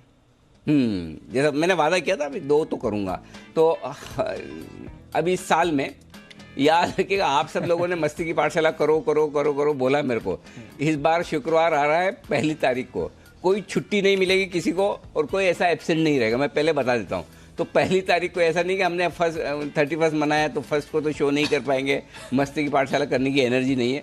1 तारीख को 3:30 बजे मस्ती की पाठशाला होगी। लेकिन इसके लिए इस बार जो टॉपिक चुना है मैंने बहुत अच्छा, पिछली बार जो टॉपिक था वो आपके अपने लिए था, ठीक है, कि भाई आपको किस सेलिब्रिटी से क्या गिफ्ट चाहिए। इस बार दूसरों के लिए, दूसरों के लिए मतलब ऐसा नहीं, आप चिंता मत करिए, मैं ये नहीं कह रहा कि आप दूसरों को क्या गिफ्ट दोगे, मैं आपको इतनी मुश्किल में भी नहीं डालना चाहता। लेकिन मैं आपको मैं चाहता हूँ आप दूसरों को मुश्किल में डालो। और उसके लिए जो हमने टॉपिक चुना वो ये है कि इस नए साल पे किसी और के लिए, मसलन जैसे कुणाल जी ने राकेश जी के लिए, या जैन साहब ने सुमित जी के लिए, या आशु जी ने सलमान खान के लिए, कोई भी किसी और के लिए, वो किसी और में मैं हो सकता हूँ, कोई और एक्टर हो सकता है, कोई आपका पसंदीदा आदमी हो सकता है, किसी और के लिए आप क्या न्यू ईयर रेजोल्यूशन लेना चाहते हैं। कि मसलन भाई जैसे कि फॉर एग्जांपल दीप के लिए ले लिया कि दीप इस साल शादी करेंगे, ये मेरा न्यू ईयर रेजोल्यूशन हो सकता है। मतलब आप समझ रहे हैं, इस तरह का एग्जांपल मैं बता रहा हूँ। आप क्या न्यू ईयर रेजोल्यूशन लेना चाहते हैं किसी और के लिए कि वो न्यू ईयर रेजोल्यूशन उसका होना चाहिए, ये टॉपिक है।